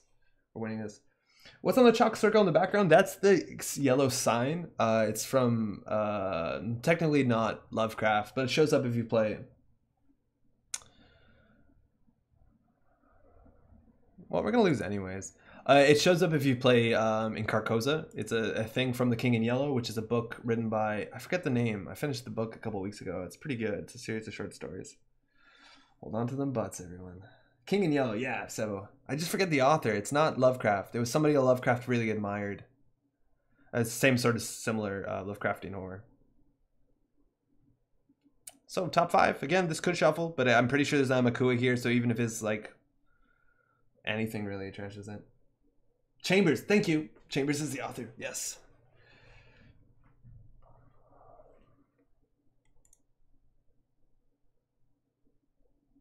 Yeah, so this is where you lose. The King in Yellow is the upside down with the torch. Yes, it is. Oh, wow. Oh, okay. I was just about to write GG. Robert Chambers. Yeah, thank you, chat. They can see 2 cards here. Oh, fuck. Oh, wow. Oof. Okay, so this deck runs 9 agendas, and we're already at 5 in the top 35. So not the best draw for us, but that's the idea. That being said, this is a pretty bad matchup. Indexing, definitely Amakua, Data Sucker, stuff like that's not great. If that's the case, we want our Hortum over here. That's probably the right play. But the idea is, if say we had more money, hey, you too. Say we had a bit more money, you know, and again, hypotheticals make the deck good, right? If we draw mass comms, that's great. But the idea is if they didn't hit the CityWorks project and we have 9 credits, we fast advance it out. And then you can do Biotic, score at the hostile from hand. And maybe we do the Biotic from hand first because that gives us money. Technically, it makes you like 1 credit. Let's keep going. Again, 10 minutes, it's a game, so. Was a Siri romance author and then he took a turn for weird and worked super hard. Oh, I had no idea. That's really cool. Looks like we have some Arkham Horror players in here. I listened to the audiobook for the first short story and it just kind of sparks notes the rest. They're actually worth reading. They're interesting. Best of luck. Have fun. Okay, so Geist is bad if a bad matchup that they're running a Bahali, but otherwise it's a good matchup because it generally takes a while to get their breakers up to strength. If we run Horton on the remote, Amakua is pretty bad. Putting Government Takeover in this deck doesn't make sense in Fetchu because then you'd have to run other support cards. Mind you, we have 1 influence left, but Government Takeover is a face-down agenda. So you either have to play Casting Call or the much worse non-influence version of Casting Call, Transparency Initiative, which we just frankly can't do because it's really bad. And then you have to draw both of them at the same time, so I don't know. Sweet deck name. Yeah, I totally forgot to put a deck name on this one. All right, so we scored this after the current is played, which sucks because now we're going to bleed credits. But again, a lot of our ice we res for free. So if we top deck at 5-3, we're good. Never mind. It's fine. It's fine. This is fine. Things are fine. So they're not great ice to jam behind. So we'll just put this on R&D so we don't lose to Spy Camera and Friends. So we'll get that out and then we can play the IPO before we lose our money. Any thoughts on going with 3 food for a little more resilience? They're not face-up agendas, Maui. Like, we really don't have a choice in what the agendas we play. Chris Watt, what's up? My Arkham group just did the Last King for the first time this week. Carcosa Scenario 2. Super enjoyed it. That's the one actually I'm on right now. I'm really excited for that. All right, they're opening is slow. We have a wormhole, which is not particularly good ice to rush behind. Okay, let's just get a billion money. It's also really hard to punitive someone with Sports Opera. Are you going to try any new virus shenanigans? Pigman, what's up? Definitely not this evening. Legwork is fantastic here. That's fine. But that'll be probably 100% next week. 100%. Netrunners, what's up? The stream time is different now because of daylight savings. How's Europe doing? So they saw Fast Track, Wormhole, and Mass Comms. That gives them not much information. They didn't say punitive. Okay, so this is our server, right? And then we can Fast Track next turn. So that's a new remote. This is on the outside. So it gets inside job. If it's inside job, we can still res it, which is really good. And we could advance anything here, but that's actually really bad because it loses that value. We could do Biotic, Fast Track, install, but that's bad too. We'll just take a credit. Mark Harrigan, Min, Akachi is working nicely. I'm playing Lola and really loving Lola. Lola is so much fun. I feel like I'm just playing our Seeker though because we don't have a Seeker. So I'm Lola, but I'm like everything Lola. Lola's great. I'm so excited for all the weird... Because I don't care to play the best stuff in that game, which is wildly different than Netrunner, where, you know, we kind of have an issue where we tend to the better things. I'm talking about myself specifically, right? Let's go. Hollywood Renovation is probably good right now. They're not really threatened about taking damage. Because we don't... If we had Punitive, Cityworks would be better, but with Hollywood Reno, we can get some more advancement counters on cards, and that's really good. So it's probably best that we put it on the Wormhole because this is weak to Inside Job, which they might play. But otherwise, this is a really good ice. It's probably harder for them to deal with Wormhole. Let's do that. SSO feels like a Scorp in regards to deck building. They both seem to have single deck archetypes. Yeah, they really do. And this is the first turn we got ability from our ID, so keep that in mind. Because again, this is such an all-in deck. Dude, Lola with the weakness that blanks your text box. Oh, the Mob Enforcer. I don't have that one, but that's silly. Spy Cam's coming out. We do have a thing to do it. And putting 4 strength on here might actually be relevant. I can't tell. I think we want to rush because we just draw that. And we can fast advance this one out. Actually, we can win in 3 turns. So I think we're just going to manually advance this Ice Wall. We're definitely putting a 3 on the mouse list. So... it's more important we get things on here. We can mass comms here, but that makes HQ worse. We probably actually wanted to draw, but it's kind of too late for that. Let's advance here. Gives us a bit of flexibility. All right, Geist, let's go. Pretty much every investigator mentioned so far from Forgotten Age looks nuts. Yeah, they look good. I'm really excited for the red faction Survivor. Seems so weird. Hey, Lonely Vulpus, how's it going? Sorry finding SSO this far. It's super snowbally.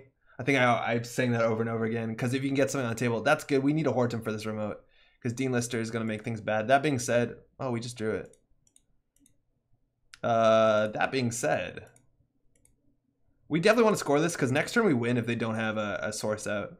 And I don't want to put this somewhere because then it makes HQ worse and they definitely run legwork. So we'll just click for a credit. It's interesting. Can't you win this turn? No. No, it was at 4, right? Because the advancement counter ramp is totally real. The thing is you have to keep cards on the table, and that's inherently scary.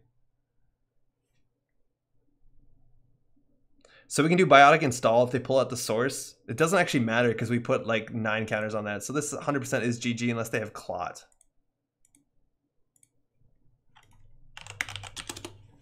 And again, turn 8. So I'm telling you, you win by turn 9, you lose by turn 9. Okay. 11 advancement counters, source doesn't matter.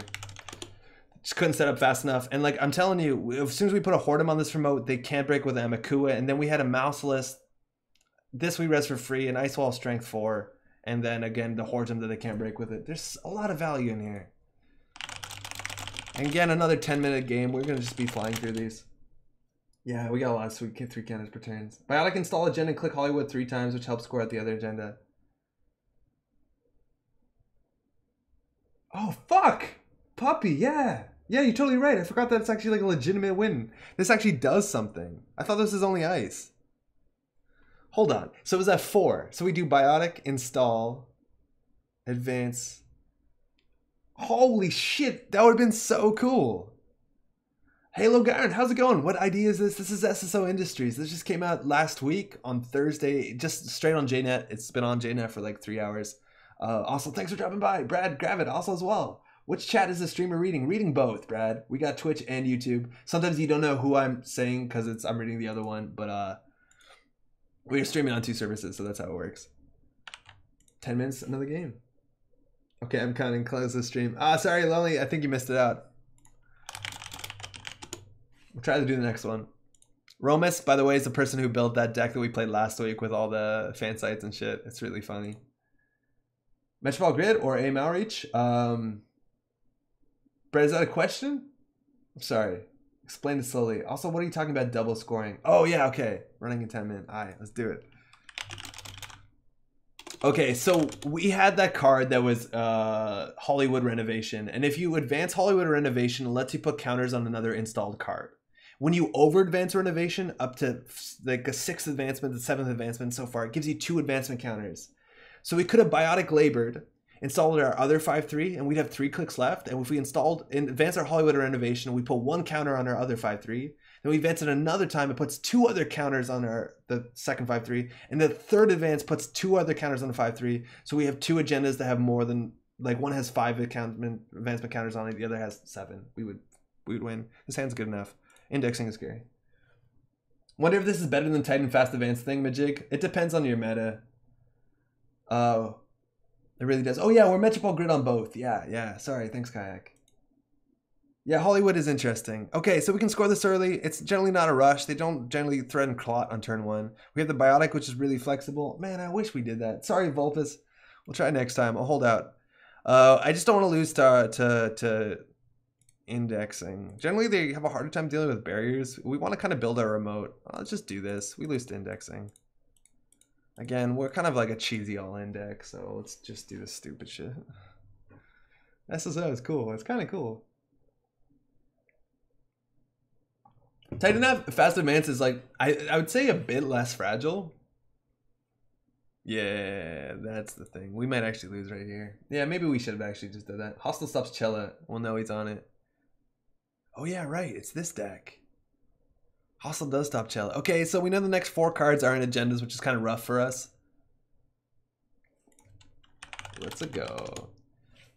And we actually can set it up. The thing is also we know they're on Gabali and Kangamato, which is really hard for us to deal with. Like really hard. So it's the quantity of ice, not the strength of ice. Let's start building quantity of ice. Punitive also is a thing. Notoriety is wide open right now. It doesn't have a credit. What's Chella? Chella is Liberated Chella, and it's a card that lets you trade agendas to real agendas. I can't really post. You'll see it. This is it. Actually, fantastic. 5 clicks, forfeit an agenda, add Liberated Chella to your Scoria as an agenda worth 2 agenda points. However, the corp may forfeit an agenda to prevent this. So it's very important you score your small agendas before the big 5-3s. Putting the Crisium on R&D is probably pretty good too. Oh, that's pretty bad on the outside, a piece of ice. That's relatively bad on the outside. Let's keep drawing. Oh, this one's cool. This one's actually really fun. This definitely goes on R&D. This is the ice that I'm spending 4 influence on in this deck. It's kind of wild. Chella doesn't matter if they're not on game point. No, it doesn't, but it makes it really hard for us to win. Because we have to score like 3 5-3s if we forfeit this. But you're right, we can just let them Chella up. That's a good ice. Get an agenda. Ah, you didn't.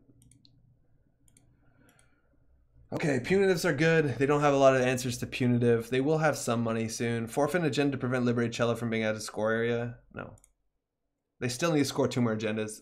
It doesn't really matter. And that's a win condition that they might not expect. This is really good on the server too. We just gotta draw, throw some stuff out. We did that in the bad order, obviously. So this mass comms is probably not good enough. Hedge fund, I don't know. Probably. I like this one a lot better. As a service. Need that ginger.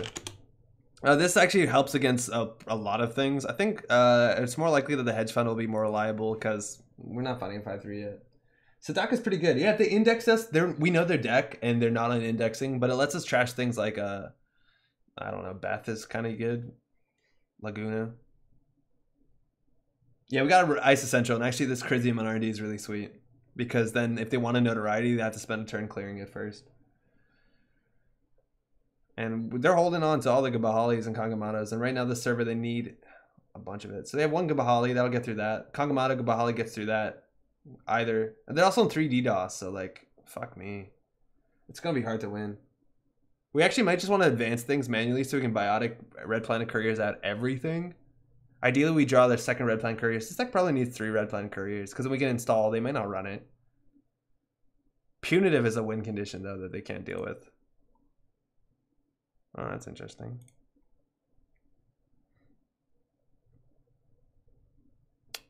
I think they can get this. They might want to let us have it. No. No, maybe they can't.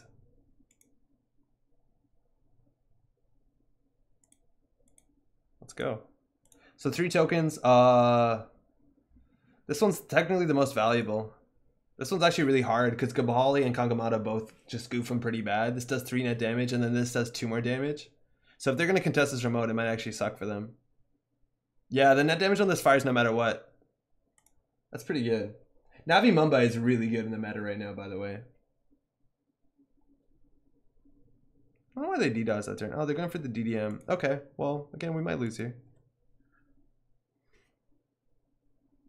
It's a cheesy deck. I don't know what else to say. It's hard to prevent this anyways, though. A lot of times this happens. And we're fine. No, we're not fine. We're on game point.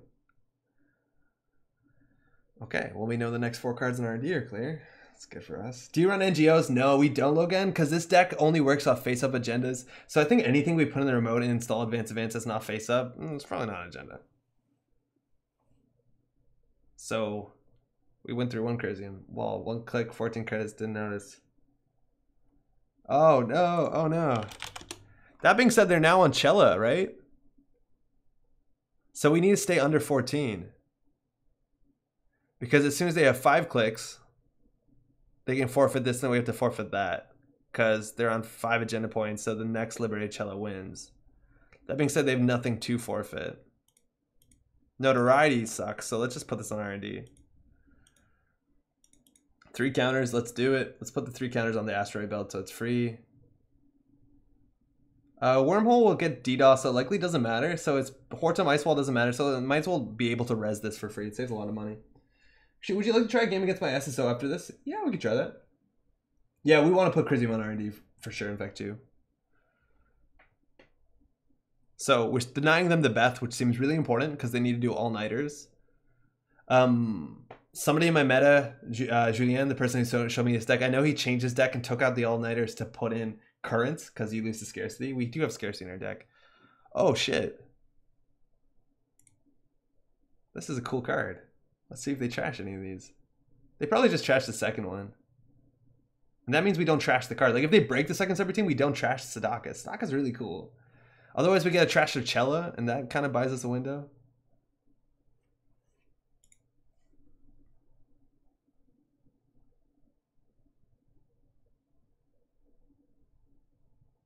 Things are weird. No face-up agendas, SSO is the ultimate troll. Install advance, probably an agenda score.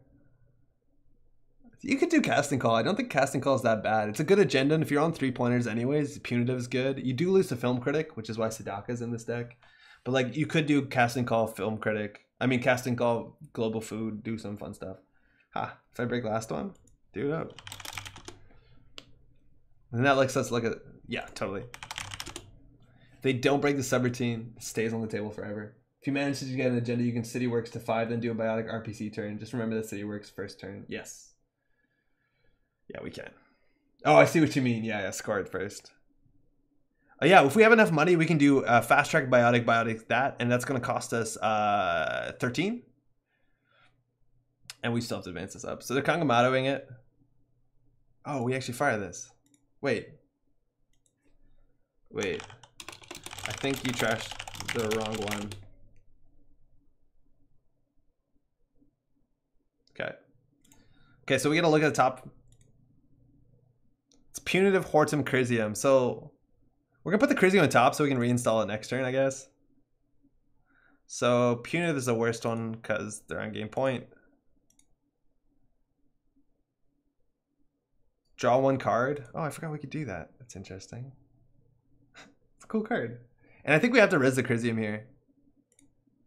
Just so they can't notoriety this turn. I like the thematic possibility casting call for government takeover. It tells a good story. It tells a really good story, and it's probably not the worst play anyways. We have another Crisium coming up. So we can do advance, advance, advance, or we can do advance, advance, hedge fund. It's possible to win this matchup.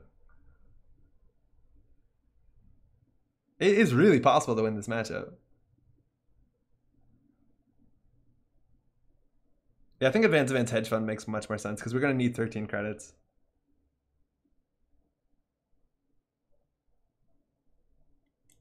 Yeah, do it up.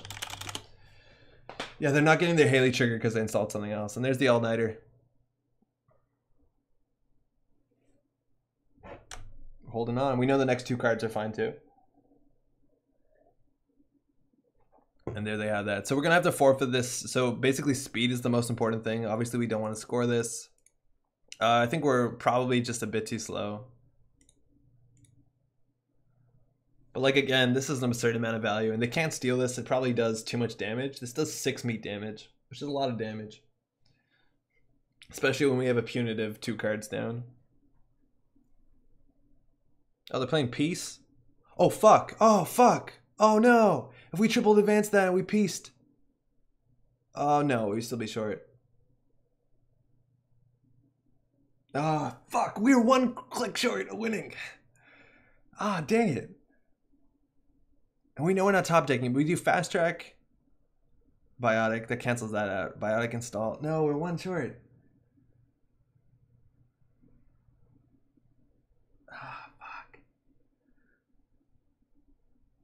There's only 2 biotics in this deck. So I think you just try and get up to 15 now. Yeah, I think we just put more Crisiums on stuff. I don't know what we want to do here. We have to advance this once more for sure. Government Takeover you would have won by now. Exactly. Like, Government Takeover might be good in this deck. Yeah, no, we're short. So we definitely need 5 plus 9. 5 plus 4 plus 8. So that's 13.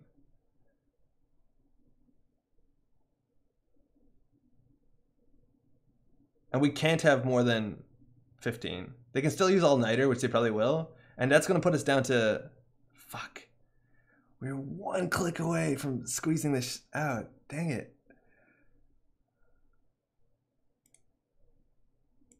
Hopefully they don't go for it. I don't know. Place advancement tokens, yeah, it doesn't really matter at this point, but we can do it. I'm supposed to be asleep, but don't mind me. What's up, Kelp? How's it going? Yeah, they can all-nighter, like...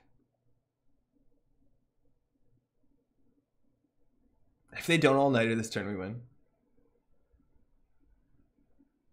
I think they might have wanted to win on the notoriety because they could be holding 3 notorieties. I don't know how they do that. Government Takeover 3 vanity. The thing is though with hydroponics, for those we have to play all the casting calls and stuff like that because otherwise they don't face up. Yeah, we're not scoring it. The thing is like we have the win in turn hand. Like we have Biotic, Fast Track, Red Planet Couriers. We just gotta remember to score this thing first because I will forget. Yeah, we're scoring it all together. We were just short 1 advancement counter. We don't res that. Oh, it looks like we win. I think we win.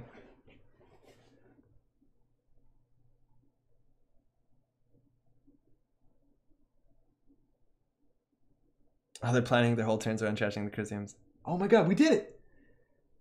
It does matter if they do all-nighter because then they can forfeit. They have to forfeit their Cella to... Oh yeah, no, yeah, you're right, it doesn't. Actually, it doesn't. Yeah, we're fine.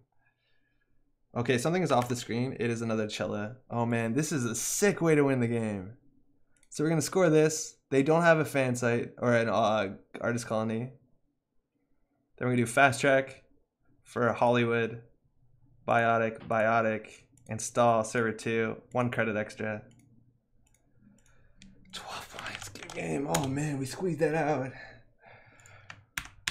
It's a semi combo deck, which is kind of cool. That was close. Yeah, eh? Worried about that. Yeah, you're right. So if they had a fan site score, then they could forfeit the fan site for 2 points. If they just did otherwise, they could have considered forfeiting the Libricello for 2 points. No, yeah, you're right. That's fine. That's work. Double no array on the way. I could sense it. Thanks. All right, and we knew how we had to play it, and that's the thing is we've played Romas's deck last week, so we had a bit of an advantage. We 100% would have lost if we didn't know what the deck was, because you actually have to play very specifically against this archetype, and that's pretty cool. All right, it's 11:53. Vulpes, is it all right if we throw that game that we... Oh, you're making a room? Oh, I'm making a room? Ah, fuck. Okay, I haven't had dinner yet, Vulpes. We got to go real quick. All right? I still got to eat. It's like midnight around here, so we'll do one real quick. I don't know what to play. Oh, we'll just play whatever's good. Let's do it. Vulpes, you want to host? It's all you. And before Snipe from R&D. We need the top... Oh, we actually did another card on R&D. I don't know how big the delay on chat is. Maybe I should make the room. I'll just make the room, okay? Ah, fuck. I gotta write private on this shit always. I think I'm a runner. I'm not sure. I'm Iron Fox. Oh, easy. Oh, it's called Formentable. I gotta read stuff. Okay, we're just playing whatever we have. No, it's good. It's good. It's good. Okay, they're playing SSO as well. This hand's probably good enough. We have some ways to cheese out wins. We'll keep this. Scarcity beat. Oh. Best of luck. Have fun. Okay, so the first time... Oh, no, actually, second time I played against SSO. But we have ways to contest things, and they're going for the rush, it looks, as well. So they're doing what they need to do.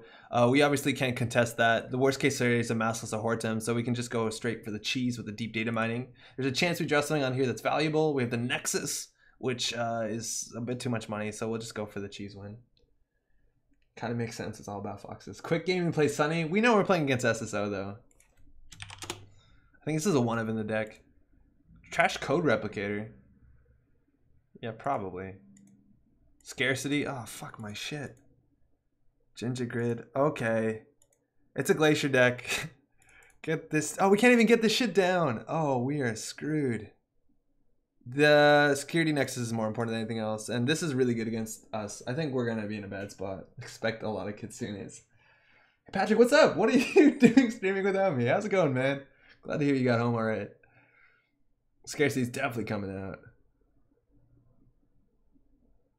Yeah, okay. And I think we just lose to this card because we're running no currents. So I think that's the game. I think we're not going to lose to ability. We're going to lose to this.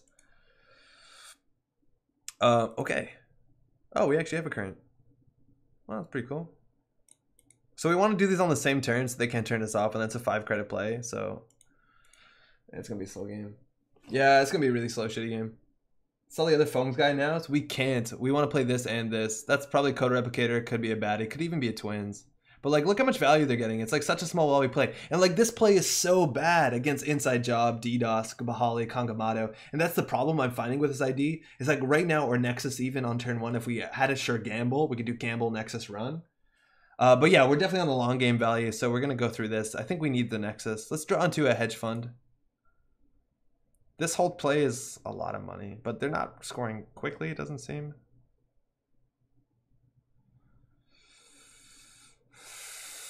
This is 3, 6, 7, 8, which we can do next turn. Yeah, okay, whatever. I meant the one on Peddler. We only have 2 Nexuses in this deck, Kelf, and we know they're playing really big-ass ice, so that we want the Security Nexus. There's no way the credit per turn is going to be better than, of course, you know, than anything else. That's a Jinja City grid. I think we need this Peddler. We only have 2 Nexi. We don't have good draw. What is it? Thanks. Oh yeah, we should have known that. Colossus doesn't matter if we don't install programs. I guess it gives a tag, but whatever. And they're drawing up more. You don't need the Nexus. Get the drip. I don't know about that, man. So this is 3, 4, 5 again. We could draw a baby. That's actually pretty good. So let's turn off everything. And now we're getting 2 credits a turn, which is a big deal because that's a lot of money if they're not going to play fast. And now we have a Hortem. So it's Hortem, Colossus, Ice and a Remote, Ice and a Remote. What the fuck? There's so much shit going on. What's the worst? I don't know what this could be. You can't contest it. Eventually we'll eclipse him with money, right? Oh, it's Rashida. Cool. So it's a mouseless. They can't res any of this stuff though. Like they just don't have money. I guess they're gonna play at mass comms now. We're just fucked. Okay, and now they're going for the advance. So unknown ice, Colossus, Hortum, Mouseless. This is a brutal server. I think they can just jam everything in here and we lose. And that's again why this is so snowbally. Hey Raven, yeah, they implemented the new cards at like 8:45 this evening. I don't even think there's something on chat saying that. But yeah, this ability, like it's so snowbally. This is also probably another Rashida. I'll check it. There's a chance actually it's like a psychic field because that's in meta. Oh, it's another Rashida. Okay, cool. So oh, we actually could have ran this. Oh no, we take 4 damage. Lol. Oh, that's a really good job. So the new Crim Ice is live. What do you mean? Oh, the ID? Yeah, it's live. I think actually that one was implemented a while ago because it was spoiled for what that's worth. So we're just not going to interact with them. We have to set up as soon as possible. Baby gives us a good draw here. Cast, and that is good. We want to draw once more because we have nothing better else to do. And we have this, which is not particularly good because it only deals with Colossus. And if we don't have anything installed, we don't have to deal with Colossus. You can draw for $1 instead of just clicking. Yeah. Oh, we didn't do that last turn, did we? I think we drew every turn. Oh, we didn't. Wow, that's terrible. Yeah, I didn't realize that we didn't draw last turn. Okay, now we have a Nexus, but that being said, now the UWC is a bit worse. We can now start running central servers. Like, I think Nexus into legwork, they might spend all their money on it, which is probably fine. Let's go. We gotta do something. We gotta make a play. Oh, they just mass commed last turn? Oh, wow, they just got 16 credits. This is probably a bad play. You have to interact with Colossus once. It has 3. Oh, yeah, you're right. It does. So this is a nice wall. We definitely are going to Nexus this. They're probably going to trace us out here. Unless they don't have an agenda. So at least we're making them spend a lot of money. Also, how's it going, Professor? Yeah, you're right. Colossus now does things. So they spent 12. That's a pretty good run.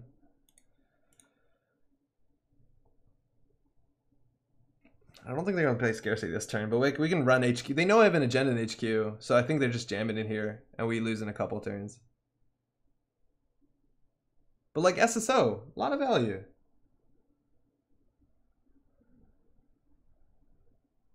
Too much value? So Underworld seems right. Oh my god. What? Okay. So White Hat is cool because we can make sure we access the 1 card in HQ. Can we begin to contest this remote? No, we need a Code Gate Breaker. Yeah, we're just not gonna be able to contest with them. Like, this deck is way too fast. We could win on HQ, but it's probably not that much. We need to just get a Code Gate Breaker.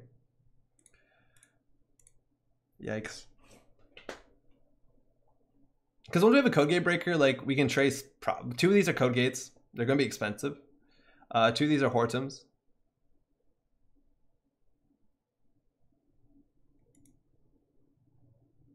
Oh yeah, we're playing Tapworm.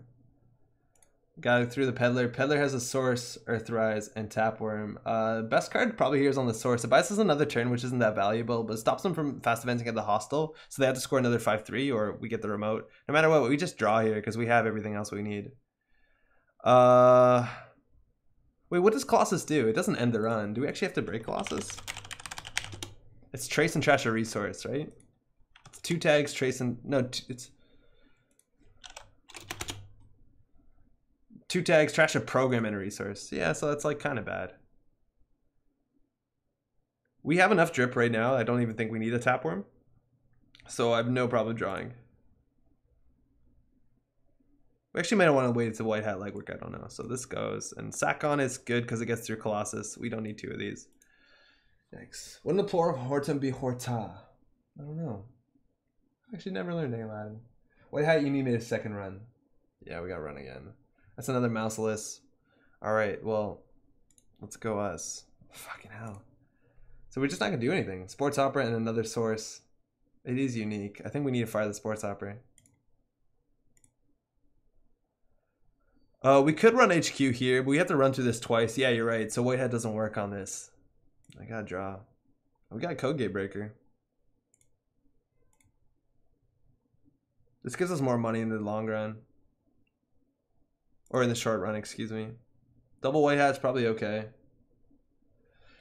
Finally found them. Jesus. Satcon's actually cool. It makes the Colossus like slightly worse. We have the answer to the Colossus. I don't know whether we install this. 2 white hats seems like overkill. There's no way we're playing this. I think we're going to lose way too soon before that pays off. Just run our Arcast for white hat. Yeah, we always could. I'd rather run HQ because we have a chance of stealing an agenda. Oh, yeah, for sure.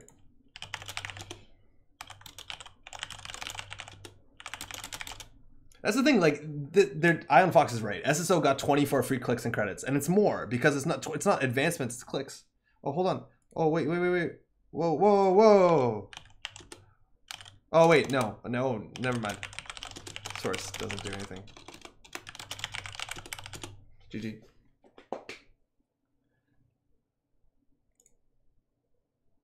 Oh, good. GG. Yeah, okay, so they played a bit more of a Glacier deck, and could you res all? And actually, we probably should have just took the bluff and res this, because if we get the first CityWorks project, I think their deck falls apart. Oh, it was a Hortem, so if we run this, it's actually really bad for us. And that's SSO, right? Ace. Swankadelic, how's it going? And that's the thing, like, these ice are all really good. Now, they're actually going to pay for all their ice, and if you ask me, they probably didn't have enough money to do all of it, but these face checks are so bad, let alone the end run, that you can't really do it. You can get once or twice at this point. Yeah, just maybe. SSO second win con, push all the runner cards off the table. But that's the thing with this ability, like, I think it's kind of flimsy, and again, to certain things you just lose, and if you don't get the agenda on and they keep it on the table, it obviously does nothing. I like Jinja though. Jinja might actually be enough click compression. It's only 2 influence. That might actually be better than Sadaka's. My worst SSO experience. I think we lost largely to scarcity though, right? Hey, streamer, pronounce my name right. Insta sub. How's it going? Well, time for bed. Glad I caught some of the stream. Cody, thanks so much for dropping by. Enjoy your sleep. Hopefully you have a good day tomorrow and enjoy the rest of the weekend. Install CityWorks, Hedge, install Hortem, install Val just plays Sure Gamble, installs Blorch Run. I think Blorch Run is right. Who cares if you hit an ice wall? Yeah, install Blorch. Sure Gamble Blorch Run is the best thing. If you hit a Mouseless, it's kind of bad because you have just enough money actually. But as soon as you stop the first 5-3, it's over. And like, again, Inside Job, DDoS, Kabali, Hortem, or Kankamana, there's ways to deal with this. But it's a cool ID. The Jinja's nice. Jinja helps a lot. Yeah, super flimsy. I feel you. We also could have won turn 1, right? Like the DDM, but I feel dumb saying that. Huh? What's Blorch? Sorry, SM. Blorch is Black Orchestra, which is a heat breaker that a lot of Anarchs play that costs 3 to install, breaks, and boosts subs for 3. That's a Blorch. Ciao. Oh, so. Shoot.